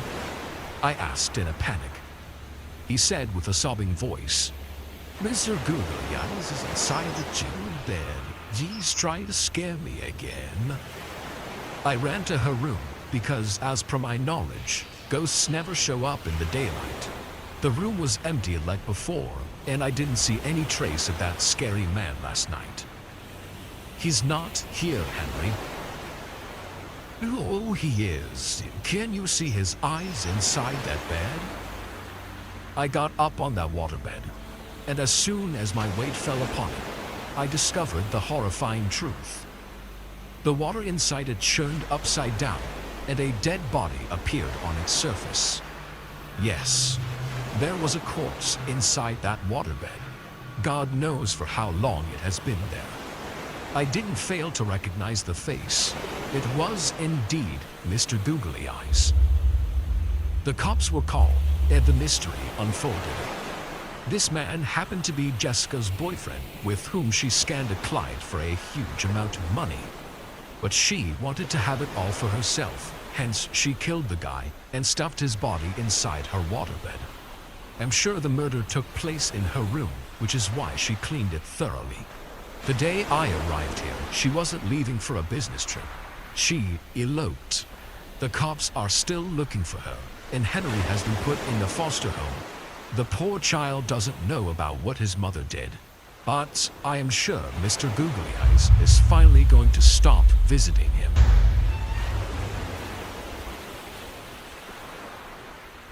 This is a disturbing incident from my childhood that has ruined my life forever. My parents worked a lot, hence I grew up under the watch of babysitters. They have never been the ideal couple. They spent most of their time outside the house to avoid any kind of confrontation. I, on the other hand, got used to it. I obviously felt lonely at times, but I soon realized they're better off this way. I don't know why they never got divorced in the first place. All of our lives would have been far better if they did. I was 12 years old when this happened. My mom was on a business trip and it was just me and my dad. He came to pick me up from school. As I got in the car, he started the engine and asked, "So, how was school?" I replied in a morbid tone, "Like always." "Well, don't worry, school sucked in my days too." "Yeah, whatever." "Hey, you should cheer up, buddy. I'm sure it's not that bad." My dad went on, and I rolled down the car window to stare outside. I became so aloof from my parents that I kinda stopped giving them any reaction. When my dad realized I'm not going to take part in this conversation, he stopped talking for a while. We were waiting on a signal when he made another initiative. "So, I was thinking if you'll be okay to stay home tonight. I have to meet a friend for work, and it's really..." "I'll be fine, Dad." I knew what he was going to say next, so I didn't wait for him to finish. He heaved a sigh of distress and remained silent for the rest of the ride. When we reached home, I went straight to my room. After an hour, my dad came in with a huge slice of pizza and sat next to me. "I have fixed your dinner and called a babysitter for you. She'll take care of you until I come back." "I don't need a babysitter." I know. You are a grown man now, but your mom won't let me leave you all by yourself, buddy." I didn't argue, because I never interacted with my babysitters much. Most of them just laid on the couch while talking to their boyfriends and munching on our snacks. I expected this one to be the same, but I was wrong about Amanda. When the doorbell rang, my dad called me downstairs. As I made my way to the living room, I heard my dad laughing like never before. It was the kind of laugh one gives when they are being praised. Stepping into the living room, I saw him standing near the door, all dressed up. He looked at me and said, "There he is. George, this is Amanda. She'll be babysitting you for the night. I don't want any complaints, so you better behave." This was the first time I met Amanda. She turned to me, and the first thing I noticed about her was her glassy blue eyes. There was something in her eyes that made her look immensely mysterious. She had a piercing stare that almost peeked into my soul. The oddest thing was the way she blinked, which she rarely did. From that very moment, I felt there was something off about her, but I kept it within myself. She came close to my face and said in a calm voice, "Hello, George. I hope we can be friends." I smiled awkwardly and stood there. My dad leapt in his car and I turned back to go into my room. "George, wait." "Yeah?" "Would you like to watch something with me? I can make you popcorn." Okay." The entire time we watched the movie, I got an uncanny feeling. I could tell Amanda stared at me through the corner of her eyes. After a point, it became overbearing for me. I am feeling sleepy. I'm gonna finish my dinner and go to bed." "Okay, I'll microwave it for you." Amanda got up and went to the kitchen. The entire time I ate my food, she sat in front of me with a really creepy smile. After finishing dinner, I went straight to my room and didn't come out until my dad returned. Around 10, when I heard his car pulling up in the driveway, I went near my room window. I saw Amanda coming out of the house. My dad paid her, but she still stood there chatting with him. My dad finally bid her goodnight and walked into the house. I watched her walking away when she suddenly stopped and looked directly at my window. I moved away quickly, but I knew she saw me. Since that night, Amanda became the first preference on the list of babysitters whenever my parents needed one. Even though she got along well with my dad, she hardly conversed with my mom. To be precise, she kind of ignored her, like my mom didn't even exist. With more time passing, I started to notice how strange she is. One afternoon, I was playing in our backyard while my parents were out. It was a Sunday, so they left me with Amanda. I was running to catch a butterfly when my neighbor's dog barked at me, and I lost balance out of sudden scare. I tripped over a rock and fell on my face. My chin got hurt and blood rushed out. Amanda took me inside and dressed my wound. After I felt a bit better, she looked at me and said, "Do you want to see something nice?" I nodded yes, because I wanted to distract myself from the pain. She took some cookies from the kitchen and told me to follow her. We again went to the backyard and she started to call out to the neighbor's dog. The dog came rushing near the fence and started barking at us again. She walked close to it and threw a cookie. The dog stopped barking to sniff the cookie. As soon as the dog started eating, Amanda grabbed a rock from the ground and threw it at the dog's face, making it squeak in pain. The dog's one eye got smashed badly and blood poured like a waterfall from the wound. She then turned to me and said, "Look, George, we're even now." I got really scared, and when my mom came home, I told her what Amanda did to our neighbor's dog. She yelled at her for her cruel behavior and a brawl took place. My mom slammed her payment on the table and said, "I want you out of my house right now. Don't you ever dare to come near my son. You are crazy." Amanda's face got furious. She said in a creepy voice, "You didn't appoint me.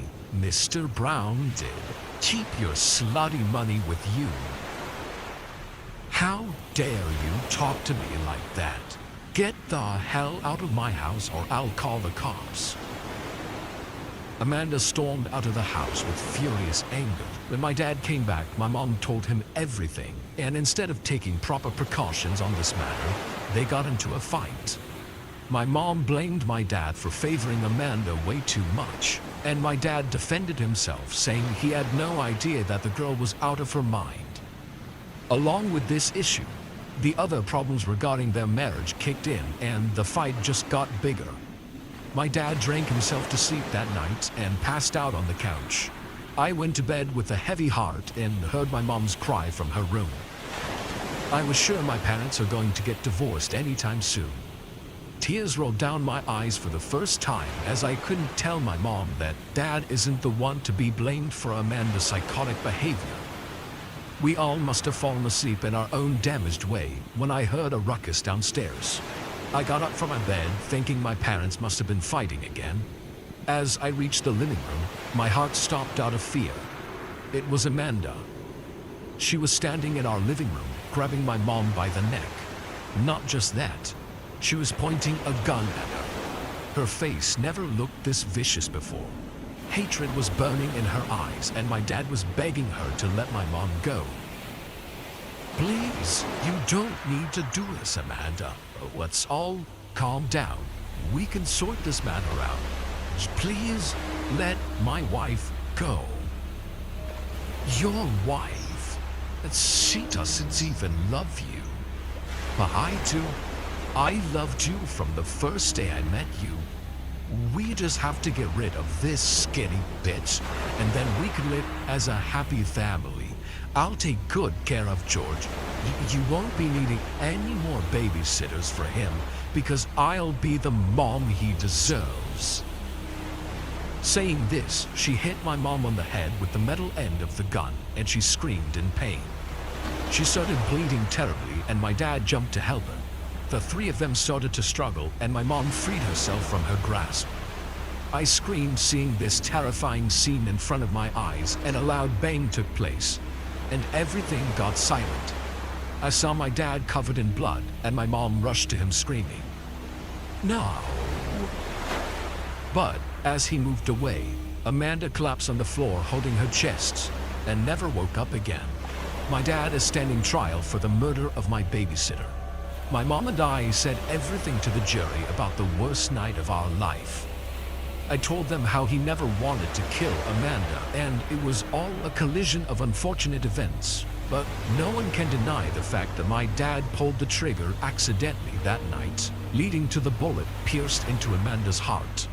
Our lawyer has fought really hard to prove him innocent, which my dad actually is. I hope they can see my dad as a victim of extreme circumstance and set him free. After my divorce, I moved into a new neighborhood with my 6-year-old daughter, Dorothy. My husband and I tried our best, but sometimes things don't work out as you expect them to. He was having an affair and eventually came out about it. He said he wants to start fresh with this woman. I, on the other hand, was aware of all this, but procrastinated confrontation, thinking about Dorothy. But when, as a father, he didn't care about his daughter, I realized this man doesn't deserve us anymore. So I let him go and stepped into a fresh start myself as well. I rented an apartment in a moderately looking building. I didn't want to spend much at that point because I was awaiting a promotion. I planned to shift to a New York office and stay with my mom for a while. I wanted Dorothy to be around her loving grandmother so that she can cope with her dad not being there. The apartment was quite big for the two of us and did come at a much lower cost than I assumed. But I thought maybe because of its condition, the landlady gave it at a cheap rate. A long, narrow corridor leads inside the apartment from the entrance. 2 bedrooms and a kitchen area resided at the end of it. Dorothy's room and my room stood face to face. That was the main reason I chose this apartment. I could see clearly into her room from my bed, which I needed at this point to have an eye on her at night because my daughter suffers from somnambulism. That in layman's language stands for sleepwalking. I don't know why she does that, but her doctor says it's just a phase and with some precautions, she'll eventually improve. Earlier, her sleepwalking episodes occurred once a week, but after the divorce, it's become recurrent. Like last night, I dozed off on the couch in the living room. I woke up from my slumber hearing a clicking sound on the door. I got up and discovered Dorothy wasn't in her room, and the main door was wide open. I rushed outside and saw her sleepwalking in the empty corridor in the middle of the night. Thank God I stopped her before she stumbled down the stairs. After carrying her back to her bed, I couldn't sleep the entire night. It was terrifying to realize that even in her sleepwalking mode, she managed to unlock the door. Her psychiatrist, Mr. Muller, also said it was unnatural. He told me that I must keep an eye on her. But not just her sleepwalking. There are other eerie incidents as well that bother me these days. Since we moved to this apartment, I could feel how scary silence could be. There are very few people living here. I thought we were the only ones living on our floor, but one day when I was coming back from grocery shopping, something weird happened. Dorothy was in school. As I came near the door, I kept all my bags on the floor and started to look for my keys and my bag. I was just about to unlock the door when I felt the door of the opposite apartment open slightly.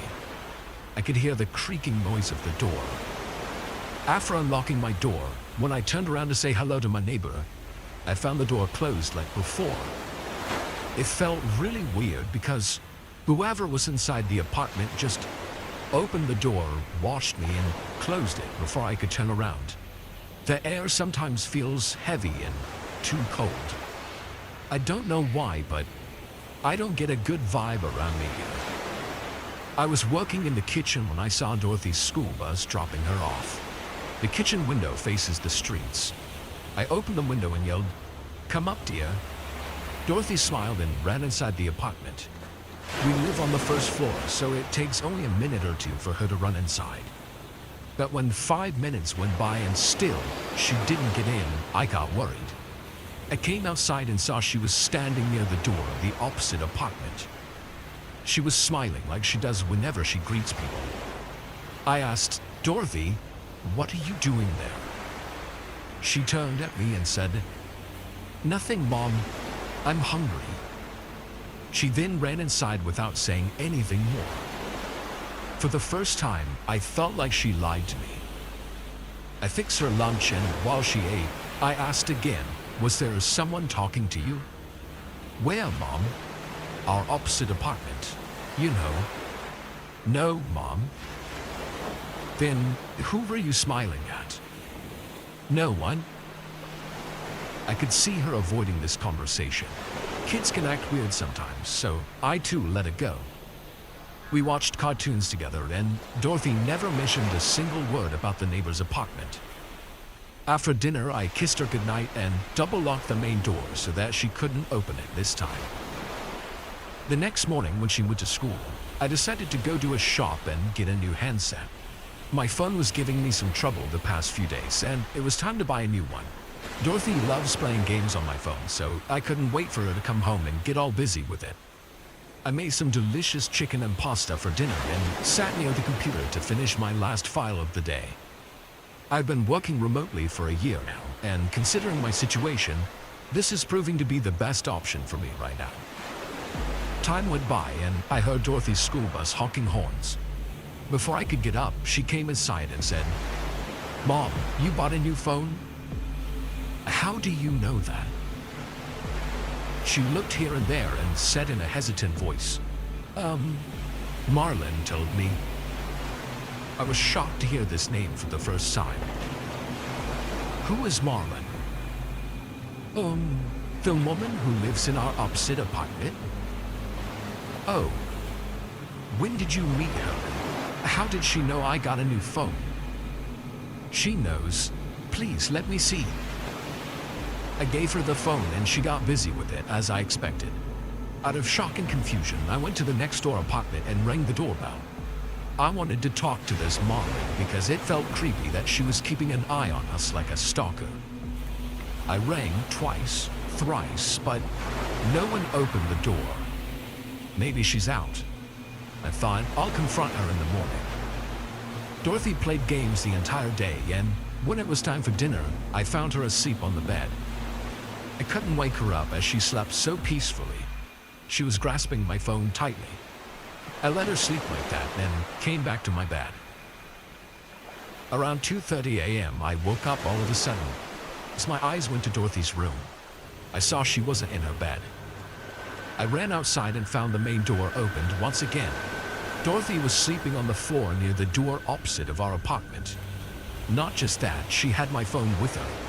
I took the phone away and carried her to my room. I then tucked her into bed once again. I was worried like hell. Why did she end up there? What is the deal with this Marlin? The next morning, when I checked the phone, I found some shocking news. There were pictures of Dorothy sleeping near that apartment door. A shiver ran down my spine as I realized someone took this picture of her while she was alone in the middle of the night. But as I checked the last picture, the blood in my veins turned to ice. In the last picture, I could see a bony, tall woman standing behind her while looking at the camera with burning eyes. No doubt she's the one who took the selfie while Dorothy slept on the floor. Hate and disgust were drooling from her piercing stare. I have never seen such a cruel face ever. I got furious, thinking instead of caring for this poor child, she went on taking selfies with my sleeping daughter. I was going to call the landlady to complain about this Marlin when I heard heavy breathing behind me, and as I turned back, I saw a woman-like figure walking away. Look at her audacity. She entered my house and was watching me all this time. I rushed and peeked in the corridor to scream at this mannerless, weird woman, but I froze. The woman in the picture was standing near my main door. She was standing at the end of the corridor with that same scary stare. What she did next freaked me out. Without opening the door, she kind of passed through it like air and disappeared. I couldn't believe my eyes and screamed while fainting on the floor. When I woke up, I saw our landlady, Mrs. Smith, was standing near my bed, or Dorothy sat near me. She came to hear my scream and also woke up my daughter. Dorothy opened the door and somehow let Mrs. Smith in. I told her everything and she shook her head with a guilty face. She told me that the reason I got this apartment for a cheap rate was because of some disturbing reasons. A woman named Marlin stayed next door who hung herself after losing her daughter in a car accident. I left that place right away. but it still scares me to sleep thinking my daughter and I saw a dead woman inside our apartment. Since then, surprisingly, Dorothy has never sleepwalked again. Our first week living in the new apartment, number 37B, was an absolute dream. We were able to secure a 2-year lease way under market price. The rooms came furnished, and everyone we met, from our new neighbors to the handyman, were kind and welcoming. I was just beginning to relax and accept that something finally went right for Laura and me when we started to hear the knocking at night. "There it is again, Mike," Laura said, looking up from her book. "Don't tell me you didn't hear that." We were in bed, Netflix strumming in front of us while Laura read and I played my Switch. I put the console down and listened closely. After 30 seconds, I did hear something. There was a faint thump from somewhere outside of the bedroom. "Someone in the house?" Laura whispered. I motioned for her to stay where she was. I stood up and pulled a baseball bat from under the bed. Stepping carefully in my socks, I opened the bedroom door. It was dark in the rest of the apartment. Our calico cat, Zelda, headed out after me as I inched into the hall. Lifting the bat high, I waited. I listened. More than a minute of silence passed. "Who's there?" I shouted, not sure what the hell else you're supposed to yell in that situation. It was coming from the kitchen. I pawed at the wall, searching for the nearest light switch. Why the fuck didn't I keep a flashlight on the nightstand? I finally found what I was looking for. The hallway lit up. The glow barely touched the kitchen, a small room full of shadows. "Watch my back," I whispered to Zelda, who was staring down the hall. I moved quickly, turning on any light switches as I passed. The kitchen was empty, as was the living room, the spare bedroom, and the bathroom. There were no more thoughts. "All clear," I called out to Laura. She popped her head out of the bedroom doorway. It sounded like a platoon marching through the apartment. I shrugged. Old pipes." "Pipes?" Laura scooped up Zelda and went back inside the bedroom. "Or we have a ghost." I smiled and rested the bat on my shoulder. Laura was always a little superstitious. There was a reasonable explanation for the sounds. My smile slipped. I went and double-checked the deadbolt and the locks on the door, just to be safe. Laura and Zelda were both asleep by the time I got back into bed. I spent a long time staring at the TV on the wall without really watching the show. Just as I was drifting off to sleep, I thought I heard a faint scratching sound from the wall above the headboard. The noise didn't repeat, and I managed to convince myself it was my imagination as I closed my eyes.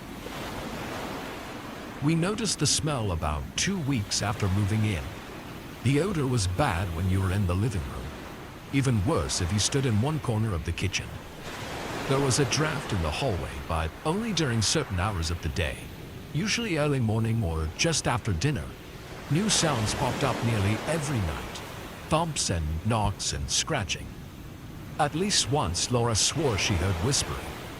Tying all the strange happenings together was a constant sense that we were being watched by someone or something. The sensation was strongest whenever I stood in front of a mirror, to the point where I started avoiding them entirely. Laura got to work immediately, trying to cleanse the apartment. She burned sage, hung a crucifix in the hallway, and even bought a Ouija board. If we did have a ghost, they remained silent no matter how many times Laura asked for them to give us some sign. Zelda stayed on edge 24/7. We discussed putting the apartment back on the market and leaving, but there was no way we'd find a place in our city for anywhere near the price we paid. While Laura worked on the spiritual side of things, I decided to knock on the doors around the building to ask if anyone knew about any issues with 37B.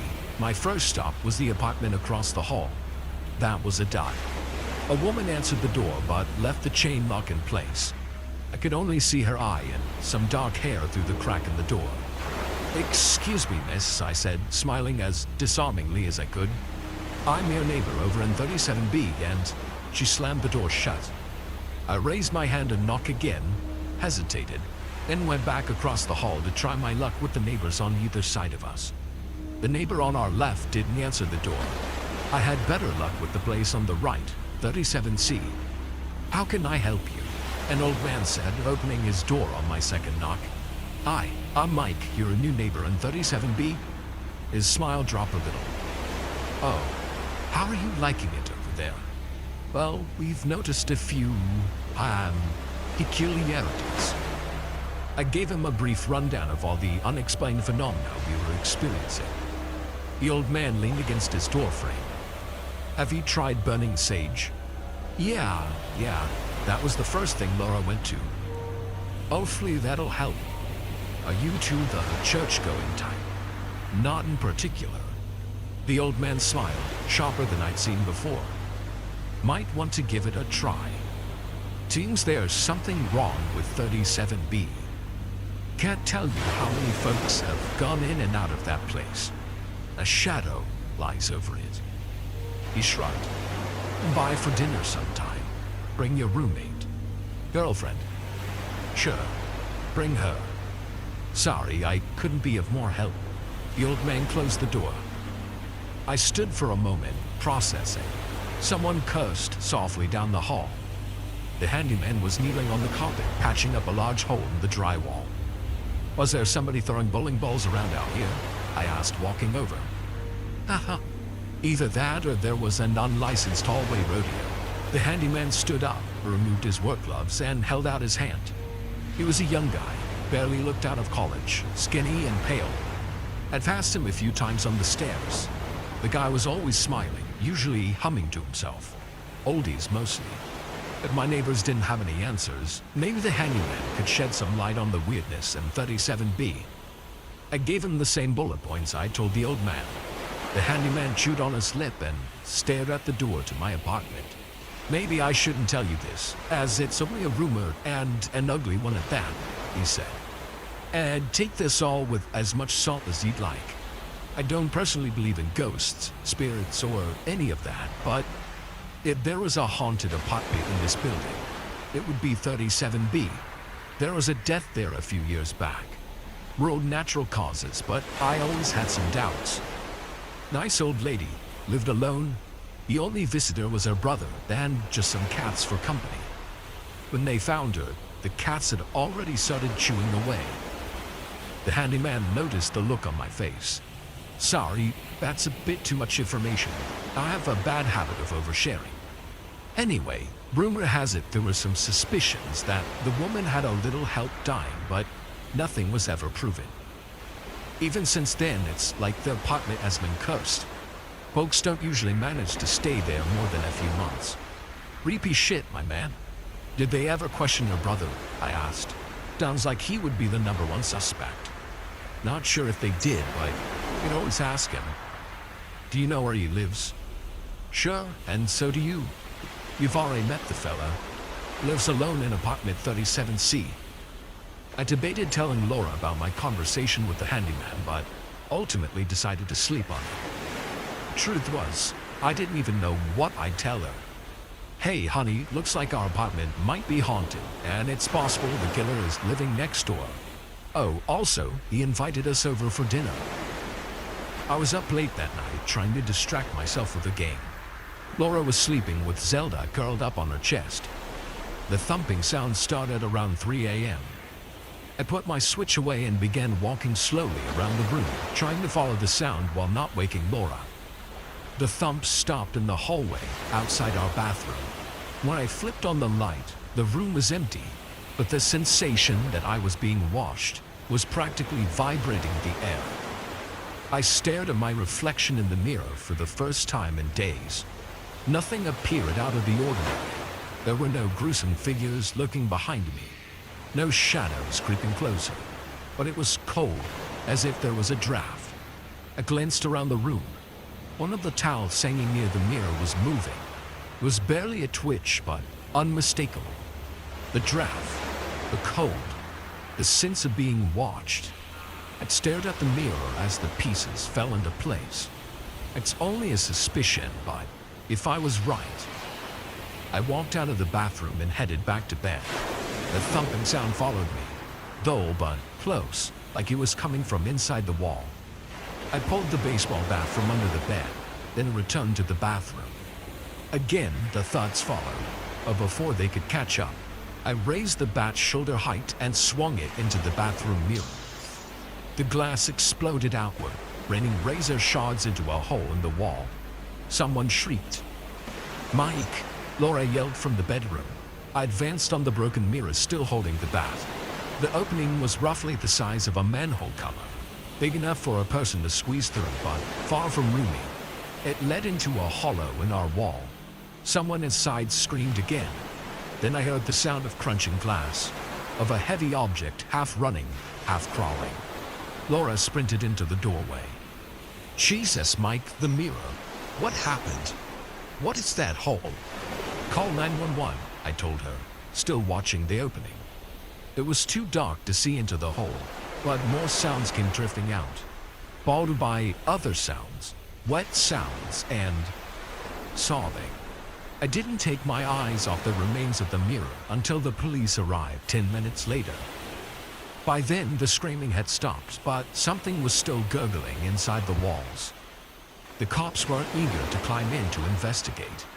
One of them shined his flashlight around and did peek his head in, but said the wall turned a corner close on the other side, so he couldn't see much, but he did see broken glass and blood. Lots of both. We didn't get a full picture of what happened until the fire department arrived, and a brave woman, small enough to climb through the opening, ventured inside the walls. She had to shimmy along between the sheetrock until she was able to round the corner. That's where she found our handyman. The man was completely nude and covered in thick gray grease. Our nighttime visitor, the one thumping in the walls and watching us. We found out later that all of the mirrors in 37B were one way, like they have at police stations. The handyman could see us, watch us as we brushed our teeth, combed our hair, and even showered. He was just thin enough to squeeze through the space between the walls with the help of a little grease. Over time, he'd made tunnels and doors and hiding places all around the interior of the apartment. Some nights he might have even slipped out to roam around without our knowledge. It was a chilling thought, but at least he wasn't a threat to us, He must have been right at the mirror when I'd broken it. The falling glass cut him badly. Wounds made worse when he must have fallen in surprise right on the sharp edges. When he saw me in the opening and heard Laura yell, he panicked, scrambling to crawl out of sight. Glass ripped up his arms, his feet, even his stomach and throat. The handyman managed to get himself stuck in a tight spot between some studs in the wall. If he was calm, maybe he could have found a way to wiggle through. But he was desperate and bleeding like a stuck pig. By the time the firefighter reached him, he was beyond saving. I wish I could feel bad for him. We haven't had any issues with 37B since. I quit my job as a hotel receptionist after checking in these guests. I've never told anybody this before. Sometimes I wonder if it was even real. You know, what went down? I'm still coming to terms with the event. And after trolling tons of communities, this was the only one I could find with experiences that even slightly resembled mine. I hope it's okay to vent here. I mean, fuck me. Some of you lot have been through some shit that I couldn't even imagine. Maybe you'll be able to help me with mine. I hope so anyway. It started on a night shift at work. I was working as a receptionist at a well-known hotel chain. It was a great gig for people watching, but terrible for pay. Worth noting, even if that wasn't the reason I quit, the hotel was in a rough part of town. It was one that was more frequently used for business shop owners and people visiting family or friends. There were almost no tourists in the area at all. Even in the summer, it was a desolate, failing place that was supplemented by the income from the bar. That had become a major drinking hotspot for the locals. This meant there were often fights in the lobby, transit folk popping in and very aggressively asking me for a free room, and drug runners trying to rent a room for only a few hours at a time. In short, I was no stranger to weird shit, but none of that was anything like this. It was a few minutes before the check-in cutoff on an unusually quiet night, and a family walked in. They were a true nuclear dream. Mom, dad, daughter, and son, all perfectly groomed and dressed as if they were heading out golfing, despite it approaching midnight. Usually the late-night check-ins were very different. I don't like to judge, but it wouldn't be a lie to say they were often drunk, drugged up, or had a notable mark where they'd removed their wedding ring, as they paid for a night with a beautiful girl. In fact, I don't think I've ever seen a family of four at that sort of time. The family didn't have a single piece of luggage on them, and were all smiling vacantly. Instantly, I found something off about them, something creepy that set my teeth on edge.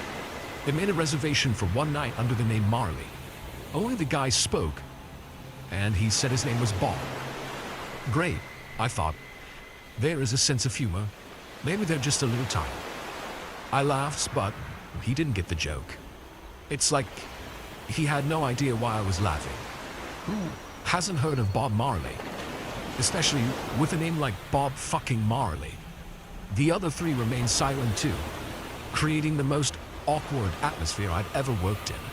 Embarrassed, I completed their check-in and gave them a short spiel about hotel services. You know, including the pool, spa, gym, and shuttle bus services to the nearby train station. Any plans while you guys are in the area? I asked, like I do with every guest. No plans. Kelly. As soon as he'd addressed me, he went back into static position. An inhuman smile stood plastered on his face. His wife was the same, blankly looking through me as if there was something really interesting on the wall behind my head. I was starting to internally lose my shit. What really concerned me, however, were the kids. They were young, maybe 5, 7-ish, and they hadn't moved either. They weren't running in a lobby or fighting over a toy, or even pulling on their parents' clothes, asking to go to bed. They stood facing me in sweater vests, identical smiles to their parents, and their hands resting behind their backs. Creepy little fucks. I started to survey the lobby, hoping I wasn't alone with a family of complete freaks. The bar had just closed and all the regulars had cleared out. Not even a cleaner was in sight. I cleared my throat and tried to remain calm with a forced grin on my face as I handed Bob his keys. You're in room 52. Through that door and there's an elevator. You on the 3rd floor and 52 is just past the first door on the left. Enjoy your stay. I took a deep breath and looked at my computer to try and indicate that it was time for them to head to their room. But they didn't move. The fuckers just stood there, vacant and still with those stupid fucking smiles. Would you like me to help you find it, sir? I asked. No, thank you, Kelly. Could we have a drink, please? We're parched. I looked back at the empty bar, shuddered to shield the alcohol from the people that wandered in during the twilight hours. There's a fridge in your room. If you head up, it's stocked with waters and soft beverages. I held my breath this time, waiting for them to turn around and head for the door, but they didn't. They kept looking back at me as I tried to plot a sneaky way to let the doorman know I was in trouble without alerting him. I'd asked about a damn panic button under the desk so many times, and the company still hadn't shelled out for one. As my heart thumped in my chest, I cursed them. After what felt like a few minutes of a silent stare-off, Bob finally spoke. Only one terrifying word, mind you. No. What was I supposed to do with that? No? What did he mean, no? The bar is shut, sir. You'll need to head to your room for a drink. Now. Again, except this time it came from his wife. Her voice was raspy, as if she hadn't spoken in 1,000 years, instead favoring chain smoking. Ma'am, I'm sorry. There is nothing I can do. I'm happy to walk you to your room, but I'll need to get the doorman to man the desk. Now, this time it was from the daughter, and this time she wasn't smiling. How can I help you all? I muttered, fear creeping up the back of my spine. A grin started to spread back over the little girl's face, and I pushed my chair back a bit with my feet. The revolving door began to move. Calais, ha ha ha ha. Please tell me I'm not too late for the bar. It was the voice of a harmless nuisance, Jasper. Jasper was a local alcoholic who came to the hotel every night to escape his loveless marriage. Annoying but pleasant, and someone I didn't mind bending the rules for and making a coffee out of hours to help sober him up. Jasper, hi. I'm with some of our guests at the moment. Take a seat, I'll be with you. I hoped with Jasper here the family might move on. I was misguided. Are you going to let him have a drink? Bob asked, seemingly closer to the desk than he was before. No, sir. Drinks are in your room, as I said before. What do you mean, no, Kel? Please, I'll be good, I promise. Jasper shouted from the background, not picking up on the subliminal distress cues I was trying to send him. I cursed him. Why did he have to be too drunk to realize that I was in trouble? The kids' turns, hands now visible as they remain clasped behind their backs. Then they walked towards Jasper. Hey, kids, haha. What are you two doing up so? No. It all happened so fast. The kids leapt face first at Jasper, and the parents stayed at the desk, staring at me, keeping me paralyzed in a position with fear. Blood flew everywhere. They tore him apart with their teeth, and I screamed. I screamed so hard that George the doorman ran into the commotion and was blindsided as the two ravenous beings turned on him. Never once did they unclasp their hand. They moved in a way that defied the laws of physics themselves, ducking, with their faces of the lethal weapon like birds pecking at their prey. I tried to get a closer picture of their faces, but I couldn't move. George shot one of the kids in the ruckus, the creepy little girl. Things went silent for a moment, and the parents' attention was finally diverted away from me. In that moment, it was confirmed that they definitely weren't human, and we were fucked. It squealed and screeched on the floor as a dark fluid oozed from the wound. Things had gotten bad in the lobby before, but never this bad. I felt like I was gonna pass out. Bob walked towards George, who was frozen with shock, unclamped his interlocked finger grip from behind his back, and reached out to rip George's head off. Clean off. It rolled across the lobby floor, and I started to go into a panic attack. As I hyperventilated, I watched the wife join her family around the corpse of the daughter. We only wanted a drink, Bob said, looking at me with the same smile he'd entered the building with, and tears in his eyes for his daughter. The wife picked up Jasper and tore a hole in his torso, pulling out one of his organs. I'm guessing it was his stomach, because when she squeezed it into her son's mouth, yellowish liquid came out. We won't be staying tonight, Bob said as he picked up the little girl and threw the key I'd handed him at me, before leading his blood-soaked family out the revolving door. It's fucked, I know. I called the police instant. Before anyone says it, I don't know how I made it through the phone call, but I did. I sat waiting for them, clutching the sheet that Bob had signed. Mr. Marley. I had that and the CCTV to hold on to. They had to believe me. But the Marleys didn't show up on the CCTV. The event did, however, and the police sure as fuck couldn't explain what ripped George and Jasper to shreds, or what I was talking to and handing a key to. But they had two gruesome bodies on their hands, and were desperate for someone to blame. They couldn't appeal to the public. The details were too strange to be made a spectacle of, so you won't find any articles on the net. They tried to pin it on me, but the footage proved I couldn't have done it.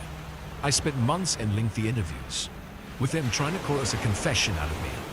They even ran a handwriting analysis on Bob's signature to prove I hadn't faked it. They told me they searched for the family, described as the Marleys. The officer even joked that Bob Marley shouldn't be a tough guy to track down. Ironic, right? And wrong. They never found anything. I knew they wouldn't. These people weren't people. They were something else. I never went back to the hotel after that night. Who the fuck would, right? It was a memory I wanted to forget. And for a long time, I came close to managing it. It's been 6 years. Every time the phone rings, a small part of me wonders if it's the police with an update. But that part gets smaller each time. I'd moved on, started a business as a yoga instructor, and tried my best to put the trauma behind me. That was, up until last week, when I received a postcard at home. At the front was a photograph of a creepy fish, and at the back was familiar handwriting. Handwriting I'd spent so long looking at, just to prove what happened to me was real. Hi, Kelly. It's been a while since we saw you. We've had another child to replace the one we've lost. She's so parched. We'll be over to get that drink you owe us in due course. See you soon. Tamales. I often wondered why they didn't kill me, and I wondered even more if they'd ever come back. Now, I knew I was right to wonder, right to worry. I just got back from my dream vacation to Japan. For the most part, it was awesome, and everything went off without a hitch. The language barrier wasn't too bad. It was fairly easy getting around. I got to see most of the stuff on my itinerary. The food was delicious. There's only one sore spot that really stands out, and that's the night I stayed at a capsule hotel. I was supposed to stay there 3 nights, but after the first, I ended up using my emergency funds to pay for a hotel the next 2 nights. I think you'll understand after you listen to this. I want to start off by stressing just how damn exhausted I was. This wasn't at the tail end of a 2-week trip where I hadn't taken a single day off, so to speak. We're talking 8 to 10 hours of walking every day, exploring the cities, going to shrines, shopping, and all that other good stuff. I'd started the day bright and early in Okasa, soaking up every bit of the city I could, knowing it might be the last time I got to see it.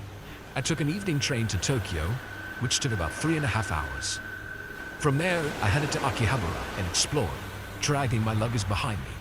I could have left it in the locker at the train station, but that meant doubling back and grabbing it, and I didn't want to subject my feet to that.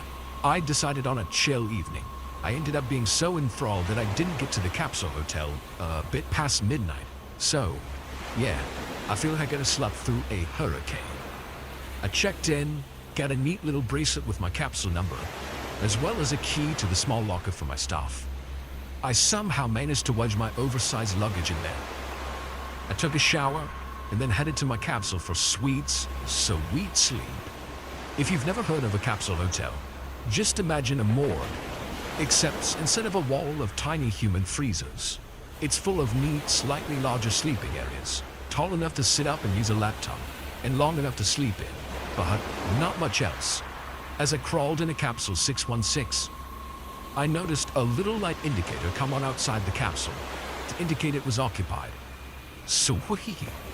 I pulled the door down, played with every single knob on the wall just because I could, and once I figured out how to turn the lights off, my head hit the pillow, and it was off to dreamland for about 10 minutes. It wasn't long before I started hearing a voice through the walls. I guess the walls were thinner than they looked. And also, my sleep hadn't plunged into deep enough territory for me to stay unconscious despite the mental and physical exhaustion. I tried to fall back asleep, but the voices kept me up. It was constant, and I mean seriously, non-stop. I don't think she ever took the time to breathe. Imagine that one Eminem song, you know the one, right? It was like that, except it went on for easily half an hour, because the sound was muffled, and because every syllable melded into the next. I couldn't make out what language she was speaking. I don't think it was Japanese. I don't know. I'm not a linguistic expert, but there wasn't a lot of that I sound you hear so often in Japanese. And she was in those R's pretty hard. So if I had to guess, I think it might have been German. Whatever language it was freaking me out. That's when I remembered the buttons on the wall. I pawed around until I turned the lights on, and then found the knob for the white noise. Bless you, Japan, for your practical technology. My little capsule was soon filled with the sound of rain and thunder, easily overpowering the voice from my neighbor's capsule. I could still hear her, sure, but she was like a whisper in a typhoon. I dimmed the lights, closed my eyes. All was right with the words. For, you guessed it, about 10 minutes. Intermixed with the synthetic storm was the wailing of a tornado siren. It took me a long time to realize it wasn't meant to be there, and that it was coming from my neighbor. At this point, it was about 2 in the morning. I was tired. I was cranky. I just wanted a few hours of sleep for another fun-filled day of adventure.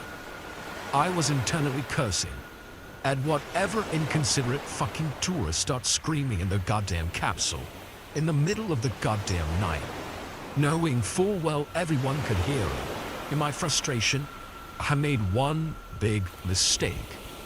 Shut the fuck up. This was her invitation to start screaming back. And boy, did she take it and run with it.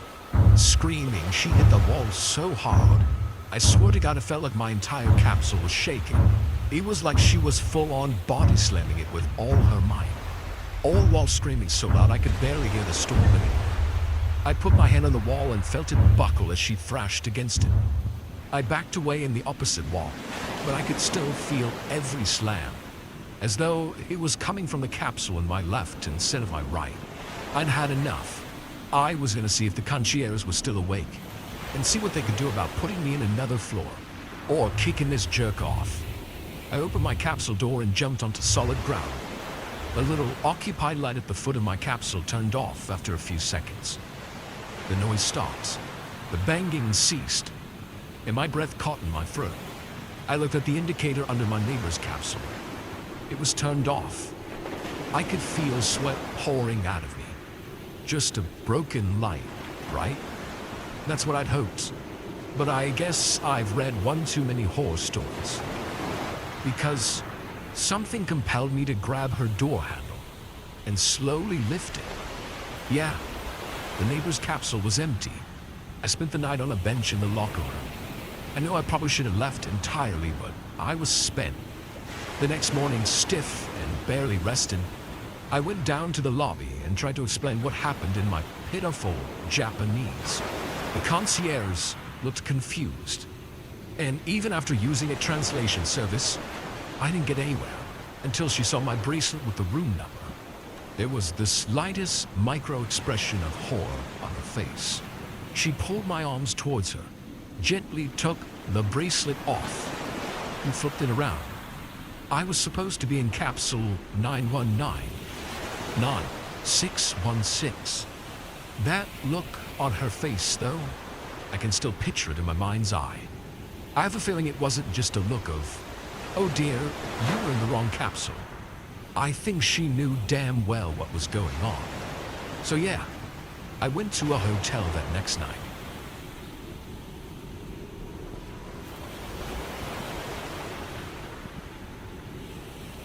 The nearest Build-A-Bear is a 2-hour drive from my house.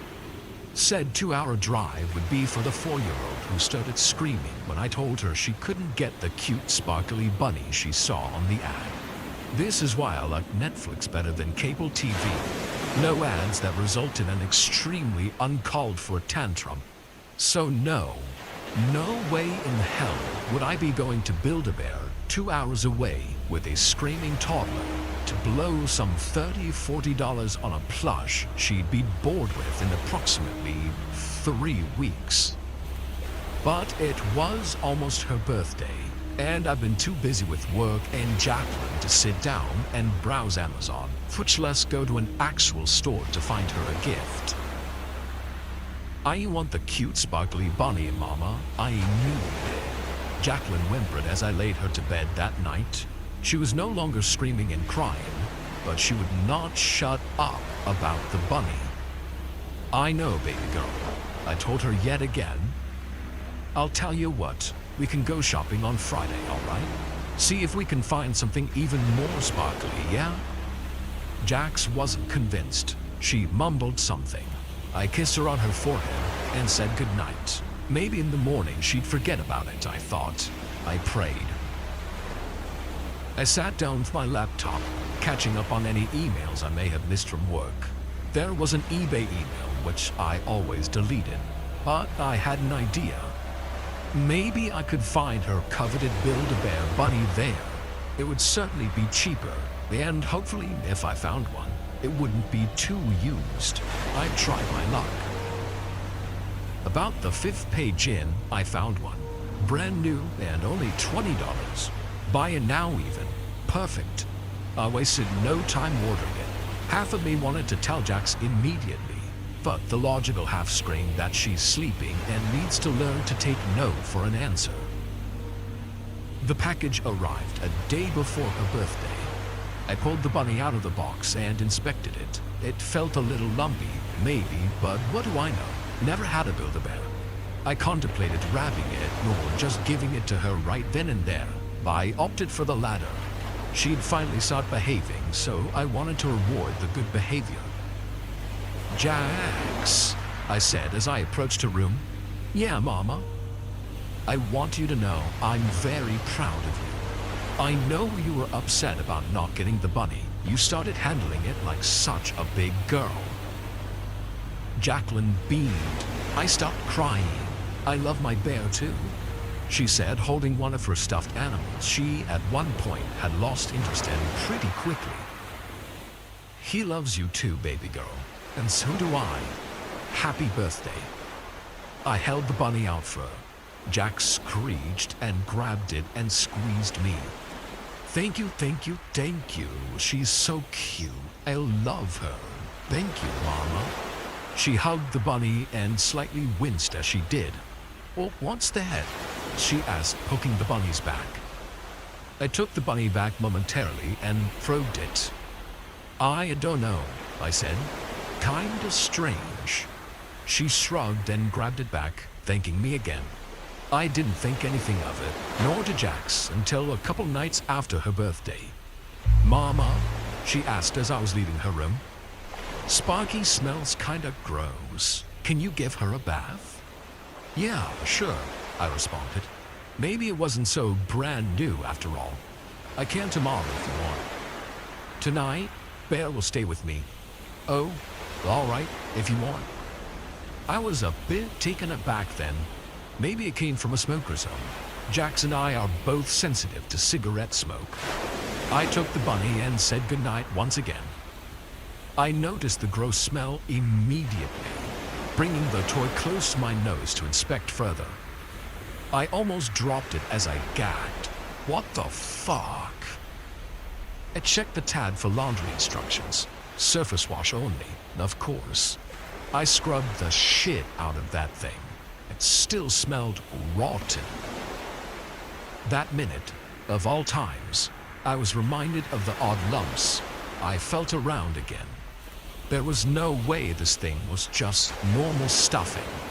I grabbed a pair of scissors and snipped a few stitches, the stench hitting me like a fucking train.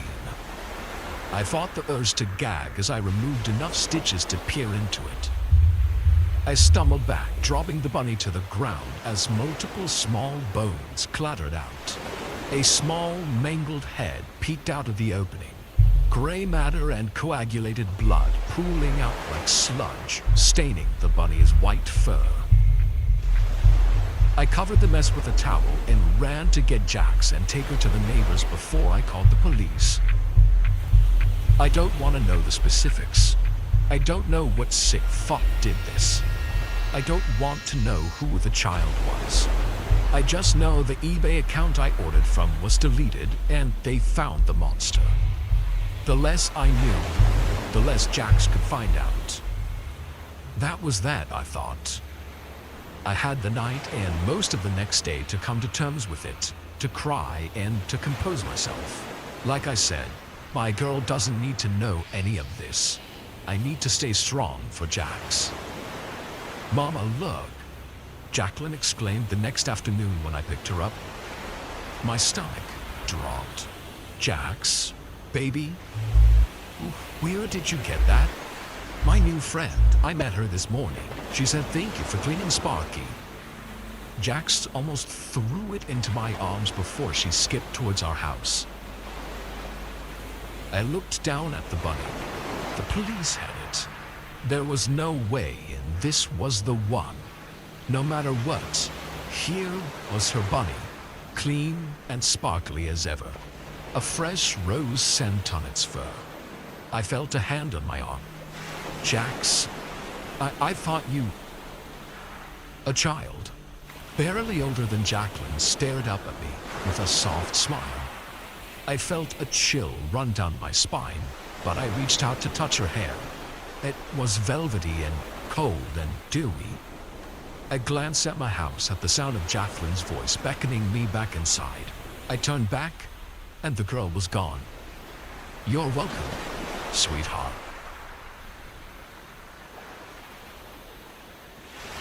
As a broke college student, you know we're always looking for a way to make quick money without having to do anything you're not okay with. I filled out online surveys, tested products for small amounts of money, and done jobs for my friends and family to gather a little extra cash. I filled job applications out like you wouldn't believe. But you probably would believe that it ain't easy to get a job with little to no experience when you're fresh out of high school and straight into college. My parents gave me money during high school, and truth be told, I'd rather have been hanging out with my friends outside of school than looking for a part-time job. So I ended up in college and experienceless. I am rooming with my friend from high school, Kate. Kate was pretty much in the same boat as me when it came to not having experience and finding it hard to get a job. We were Google searching how to make money fast, since despite both of us being from pretty well-off families, we didn't want to have to depend on our parents for money whenever we wanted it. We came across a blog that had some pretty bogus ideas, but some okay ones too. The one that caught our eyes was selling things we didn't want anymore on eBay for some quick cash. We figured we had plenty of stuff we could sell for a decent amount, so we both put some items up for sale and waited around. Honestly, money came in quicker than I would have thought. It wasn't huge amounts, but given we were living together and could share appliances like hair dryers and straightening irons, we had no problem selling the spares. We'd made enough money within a couple weeks to be able to take a break from it and go spend our newly earned money. We were browsing the homepage to see if there was anything we fancied. "Hey," Kate nudged me. "I wonder what the weirdest shit that's been sold on here is." I let out a chuckle. "Let's find out." We clicked through ads until we came across one ad that caught both of our eyes. "My breath in a jar. Buy it now. $79.99. Kate and I looked at each other and burst out laughing. I wondered if anything like this had sold before, so I typed in "breath in a jar," clicked search, and filtered the results to sold items only.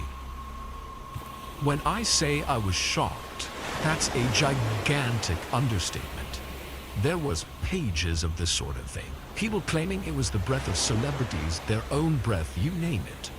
One had sold for $400 that the seller claimed it was a celebrity who had died a month or two prior. We had a good laugh at it all before a stupid thought popped into my head. I bet someone is willing to pay me big bucks for my soul on here. I laughed. Kate snorted, shoving me. "You're serious? Dude, you have to post this. It would be the funniest thing ever." I shot Kate a smile and got to work on the ad. "Sold for sale, 19-year-old girl. Once you head by, it's yours for all eternity. $50,000, no refunds." Kate let out a loud gasp. "Here now," she started. "50K? Come on." "What?" I giggled. "A soul this great doesn't come cheap." She rolled her eyes, spewed out some shit about why nobody was going to pay that much, and after a few days, we pretty much had forgotten about the whole thing. 2 nights ago, around 1 a.m., we'd just finished watching a movie and we got into bed. We were chatting in the dark and got pretty tired when my phone vibrated from my nightstand. I picked it up, looked at the notification, and screamed, dropping my phone to the floor beside my bed. Kate jumped out of bed, picking my phone up from the floor. She let out a scream too when she read the notification. PayPal, $50,000 from redacted at xxx.com. I looked at Kate, who stood there in silence, staring at me. This has to be a joke, right? It's not real. Surely it's not. She passed my phone back to me. I went onto my PayPal account, clicked my balance, and hit withdraw. Then a notification popped up from my bank app. $50,000 received from PayPal. I screamed again. I showed it to Kate. She screamed again. Campus security knocked on our door a few minutes later, asking if we were all right. We assured him that we were fine and sat in our beds, just looking at my bank account balance. I don't know what time we fell asleep, but we eventually did. Yesterday, I woke up and Kate was already up and dressed. "Come on, sleepyhead." She pulled the blankets off of me. "Shower and get dressed, we've got some shopping to do." I groaned and got out of bed. There's still a pandemic, you know. I sighed. "Okay, the mall is open and we have masks, come on." I sighed again, and eventually, after some more persuasion, jumped in the shower, got dressed, and we left the dorm to head to the mall. Kate was so full of energy, she even had a spring in her step. As for me, I felt nothing. I put it down to being tired, so when Kate asked me why I seemed so grumpy, I gave her the excuse I was giving myself. I bought so much shit. I bought a new laptop for school that I desperately needed, but that didn't satisfy me. I bought so many pairs of shoes, so many outfits, so much makeup, but I still wasn't satisfied. Kate was in her element all day. I, on the other hand, wasn't. I just wanted to go back to our dorm. The time finally came to go home, and for the first time all day, I felt somewhat happy. Happy it was over. When I got back to the dorm, my parents called me, and I couldn't wait to get rid of them. I hadn't seen either of them for over a month by this point, but I was glad of it. My dad was halfway through telling me he loved me, and I hung up, making a gagging noise.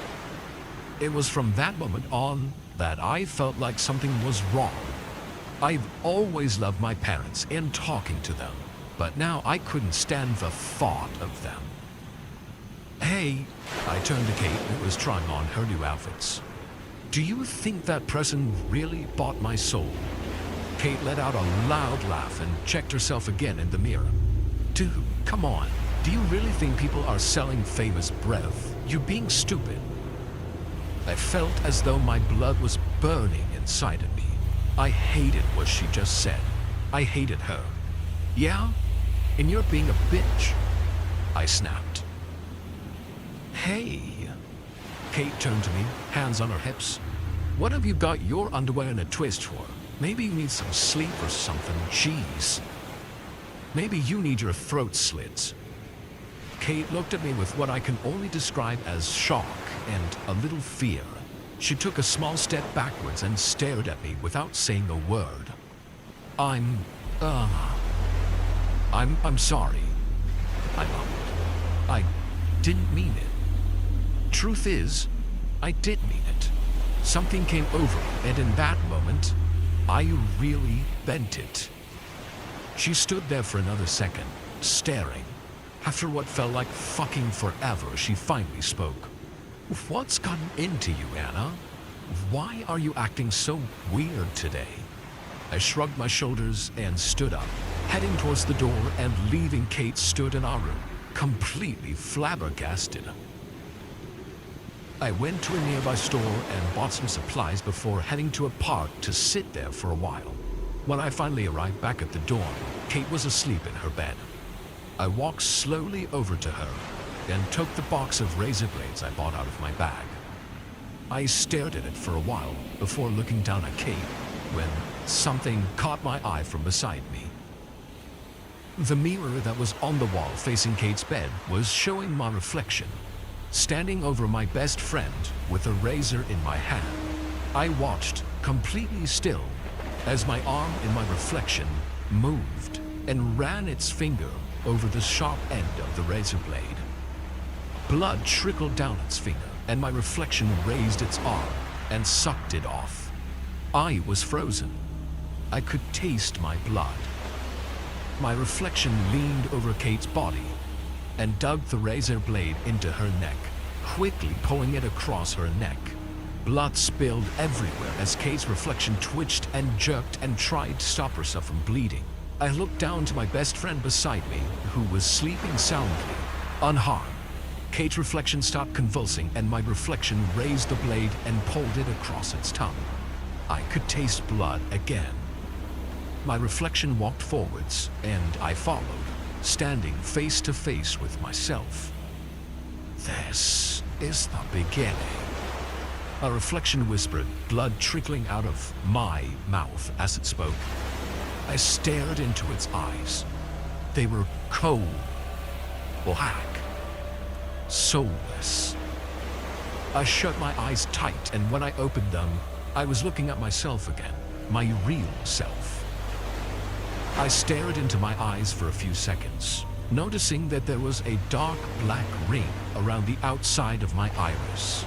And I think it's very slowly growing. This morning I checked it again, and it's slightly bigger. The scariest part of all this is that when I was watching my reflection kill my best friend, part of me enjoyed it. I thought this was a joke. I thought for sure I'd get an email from whoever this was demanding their money back. But 30 minutes ago, they left a 5-star review on my eBay page. I sold my soul on eBay for only $50K. And I need to get it back.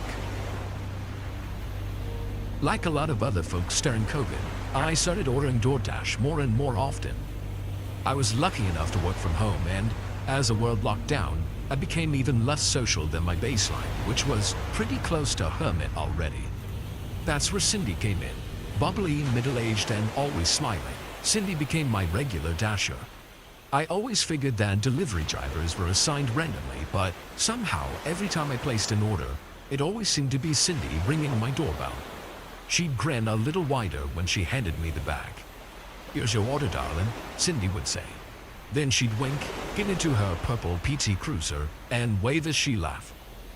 At first, I was ordering once or twice a week, but I hit a rough spot where my job and my personal life both felt as if they were draining away like a sunset into the dirt.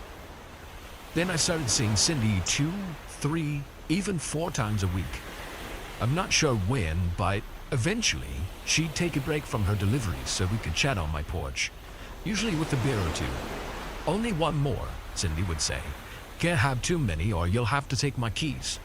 She was friendly, if a little intense. Her blonde hair had some silver in it, just like mine. If she came by at night, we'd sit there and drink and point out constellations to each other.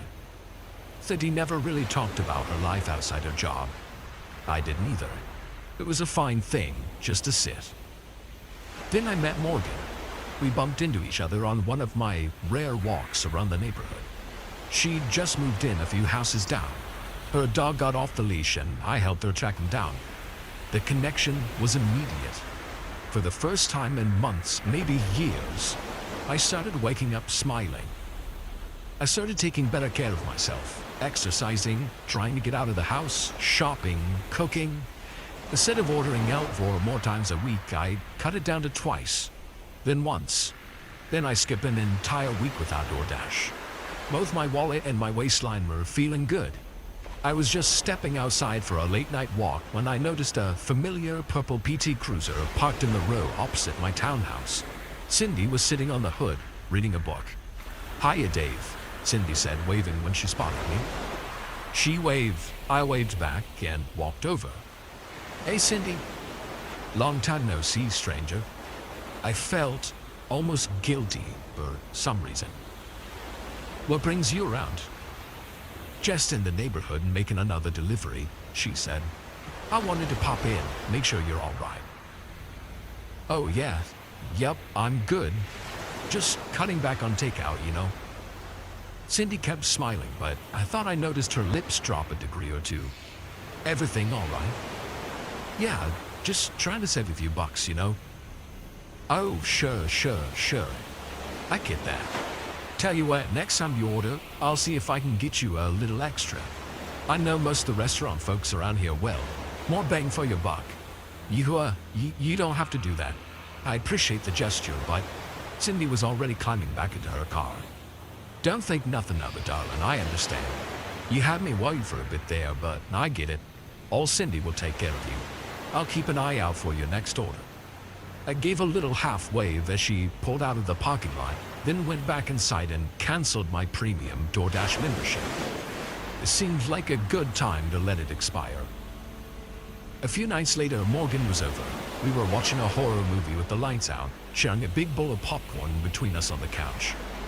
I was trying to devour the popcorn as quickly as possible, since maybe we'd move a little closer when the bowl was gone. Just as the monster was about to crawl down the attic stairs on screen, my living room was smothered in white light. "What the heck?" Morgan asked. "I think someone has their brights on in the parking lot." Pointed right at the damn window too, I muttered, getting up from the couch. "I'm gonna go yell at them. Let me know what happens with the movie when I get back." I stepped outside into blinding light. "Hey asshole," I shouted. "Your brights are on." I waited for a moment just to show I meant business. Then I walked back inside. Before I made it back to the couch, there was a loud honk from outside. The bastard was laying on their horn. I hurried back outside, but only saw fading taillights leaving the parking lot. I was still a little night-blind from the brightness, yet the shadow of the departing car looked familiar. Cindy knocked on my door the next morning holding a pizza. "Hey stranger," she said, beaming. "Pepperoni and olives, breakfast at Champions." I blinked sleep from my eyes. I didn't order anything. On the house. Cindy's smile stretched so far I was worried it would snap like a stressed bungee cord. "No I insist." She thrust the box forward. I took it. Thank you." We stood there in silence for a few moments, Cindy grinning, me trying to force my half-asleep mind to come up with an exit strategy for the conversation. "Who's your friend?" Cindy asked. "What friend?" "The brunette, the pretty one." "Oh, that's Morgan." Cindy's smile looked about ready to crack. "Pretty name." "How did you know?" "Oh, here and there, Cindy said, walking back to her car. "You enjoy the pizza, and I'm here if you ever need an ear." After she drove away, I headed across the parking lot, still in my bathrobe, and tossed the box into the dumpster. The next week was weird. I kept catching glimpses of what looked like a purple PT Cruiser. Might be driving slowly down the street when I was out grocery shopping, or just turning the corner when I was on a jog. I chalked it up to paranoia and did my best not to worry about it. Things were going well with Morgan, my job was good again, my health improving, and all signs pointed to better days. And then, out of the blue, Morgan sent me a text telling me she was getting back together with her ex.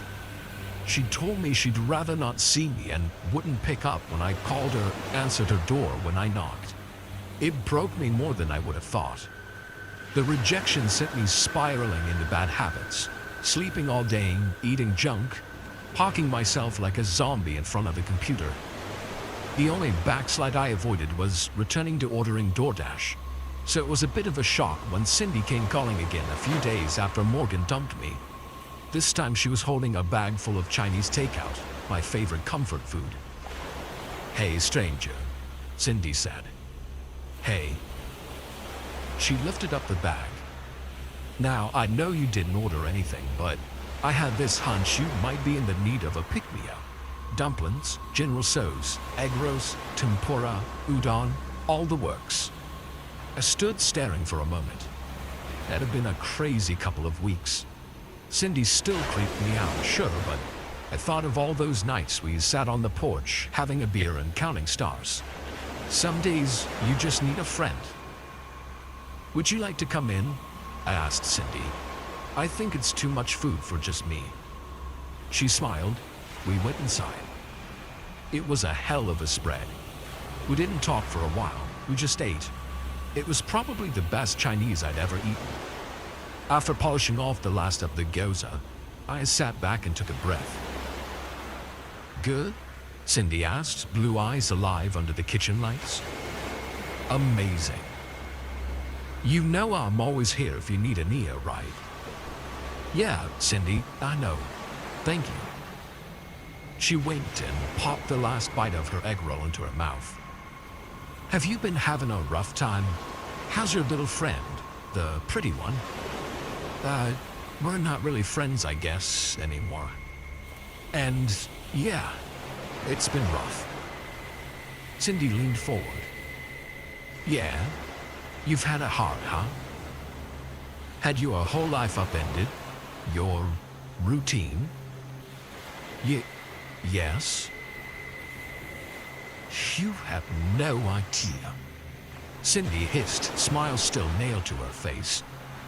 We had a good thing, and you cut me out. For what? For the first pair of Bambi eyes that got batted your way. That Morgan was trouble. I did you a favor. What the hell are you talking about, Cindy? You stopped ordering. You stopped talking to me. You didn't really leave me any options. I had to stop her to help you. I shook my head. I don't understand. Cindy smiled wider, all teeth. Why don't you call your little friend? Call Morgan. She's not. Call her. I promise she'll answer this time. Feeling caught in the pull of Cindy's intensity, I called Morgan. Heard a ringtone. Cindy reached into her pocket and pulled out Morgan's phone. Hey, stranger. I put the phone down. What did you do? Did you enjoy the dumplings? How did you like your meal? How was the meat? I looked down at my plate, at the pieces of what I thought was pork and beef. It was awfully red. Cindy began to giggle. Everyone trusts DoorDash. They always open the door, even when they didn't place an order.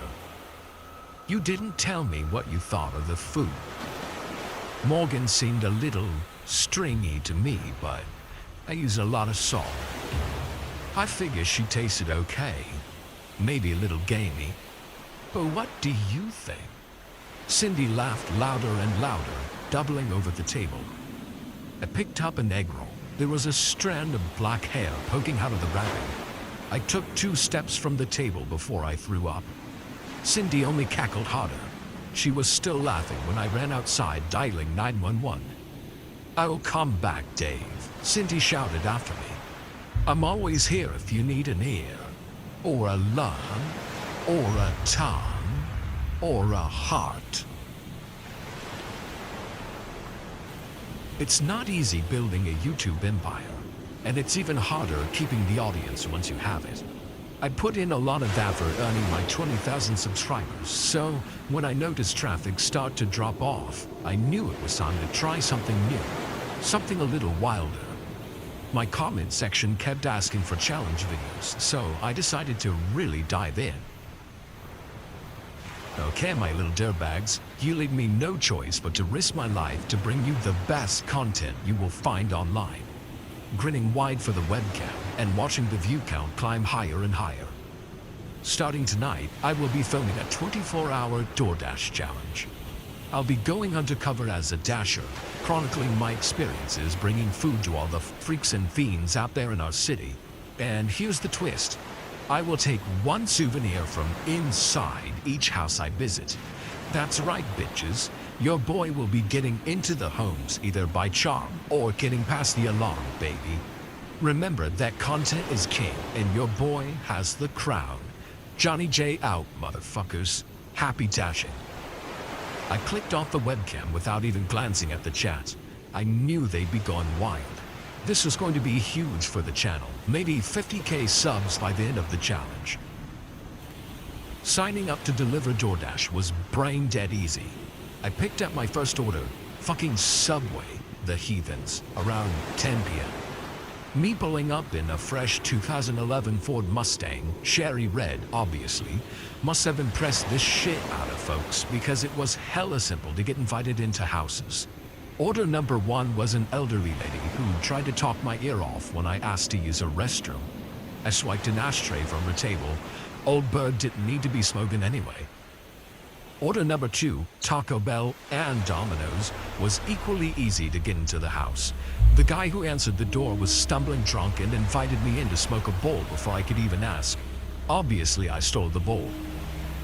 I plugged my phone into charge on my way to drop off order number 3. Subway again. Christ. I was recording everything by placing the phone in my front shirt pocket with the camera just peeking over the edge of the fabric. It was cheaper than a GoPro and I felt like James fucking Bond the whole time. My next delivery lived a bit out in the sticks. I pulled up in front of a large, aging house that sat alone without a neighbor in sight. There was an old Chevy up on blocks in the front yard and a ton of trash. Classy. I knocked on the door and waited, trying to think up an excuse to pop inside. The largest man I'd ever seen in my life opened the door. I'm about 6 foot even, maybe 6'1" if I'm on Tinder. This dude towered over me, maybe 7 feet or even a smidge above that. He was also nearly as wide as he was tall. I didn't know how the fat fuck didn't fall through the old wooden floor when he walked. The man never said a word, only held out a hand for the food. I handed over the subs, brain still trying to process this absolute unit of a human. I almost turned around and left before I remembered the challenge. Content is king. Hey, I'm about to. The giant shut the door in my face before I could finish my sentence. I got ready to knock again and then hesitated. Nothing about the challenge said I had to get invited inside. Only that I had to get into the house. Mr. Ogre didn't seem too hospitable. He'd glared down at me the whole time with squished flat eyes and his brick wall of a face. I pretended to walk back towards my car, then slept around the side of the house once I was off the porch. It was absolutely dark once I was away from the single streetlight. I pulled my phone, still recording, from my pocket and hit the flashlight. The main windows were high and shuttered, not offering easy access. I pointed my phone towards the ground and was rewarded when I noticed a small but accessible window in the foundation. The house had a basement. My luck held out. The opening was unlocked and just large enough for me to wiggle through. Camera still rolling, I stood up and dusted myself off. The basement was somehow even darker than the outside. My flashlight failed to cut through more than a few feet in front of me. I realized 2 things at the same moment. I was surrounded by blackout curtains and something down there smelled fucking vile. Jesus. I pulled my shirt up to try to cover my nose and mouth. The odor was like standing in the center of a dozen porta potties all filled to the rim in the middle of fucking August. I considered turning around and scrambling back out the basement window, but I needed a souvenir. I was already inside the house. I just had to push through. Content is king. The blackout curtains were made out of a heavy fabric that ate up all of the light. They hung from the rafters in a cascade. I pressed my way through them, quickly losing all sense of direction. The opening came up suddenly, and the moment I moved the last curtain aside, the smell hit me like a police baton. But I barely noticed. I was too busy staring at the table in the middle of the basement, and the dead bodies arranged around it. There was no doubt that the 4 things in front of me were corpses. Each had rotted away to not much more than bones and rags and dry yellow patches of flesh. 2 of the figures were larger adults, while the other 2 were much smaller. The bodies were seated at the table, chained to their chairs. A few lit candles put an orange glow over everything, flames causing shadows to flicker against the curtains. There was a massive pile of spoiled food in the center of the table. I needed to run, to call the police, to drive as far away as possible from this reeking nightmare. But the footage was so... when would I ever find content like this again? I kept the camera rolling, trying to get a few angles, a couple of close-ups. I never heard the basement door open, but I did notice the steps creaking under an incredible strain. My whole body went cold. The owner of the house was on his way. I had just enough time to stumble back into the ring of blackout curtains around the table before the giant stepped into the candlelight. Carefully, quietly, I dropped to the ground and peeked out from under the fabric. The man was stripped completely nude. his skin shining like he was covered in some kind of oil. He wore a mask too small for his face. The mask was smooth white, carved into a blank expression. Groaning, the freak took a seat at the table, adding the subs he just ordered to the pile of rotting food. I tried not to gag, angling my phone to get everything in frame. "Hungry?" the giant asked, reaching into the food slop and pushing a handful of it into the face of one of the corpses. He took the next handful for himself, lifting up the bottom of his mask enough to shovel the waste into his mouth. Something fell from his chin. The man reached down and picked up a squirming roach from the table, popping it between his teeth like a grape. I couldn't help it. I gagged. My eyes shot open and I slapped a hand across my mouth. It was too late. The giant stood up. "Hello," he called out. "Hello." I scrambled to my feet, tripping more than once, hands about to break my fall. The curtains dragged against me as I ran through the dark. I heard the man following behind me, bare feet thumping, breath heavy. It was a miracle that I found the wall with the window. Faint starlight bled through the opening. I jumped and squeezed myself through. There was a horrible moment when my waist got stuck. I kept imagining a big, hot hand wrapping around my ankle and yanking me back, but I managed to free myself, kicking and twisting until I was laying on the grass outside. "Shit, shit, shit, shit," I yelled, standing and sprinting in one motion. I whipped my car out onto the road, tires leaving smoke and rubber behind. Every part of me was shaking, adrenaline flooded. I was almost halfway back to the city before I thought of 911. "No," I whispered, frantically checking all my pockets. No. My phone was missing. I must have dropped it when I was running through the basement. It took me another 20 minutes to drive home. I snatched my roommate Jake's phone from his hand the second I got through the door. The rest of what happened, I found out from the news. Apparently, by the time the police reached the address I gave them, the house was up in flames. The fire burned the rest of the night. It got some news coverage. No bodies were recovered from the ashes. There was nearly nothing left, and no proof other than my word. Without my phone, I didn't have anything on film to confirm my story. So everybody shrugged and moved on, and, I guess that's all I can do too. One thing keeps me up at night though. What if the giant found my phone in the basement before he set the house on fire?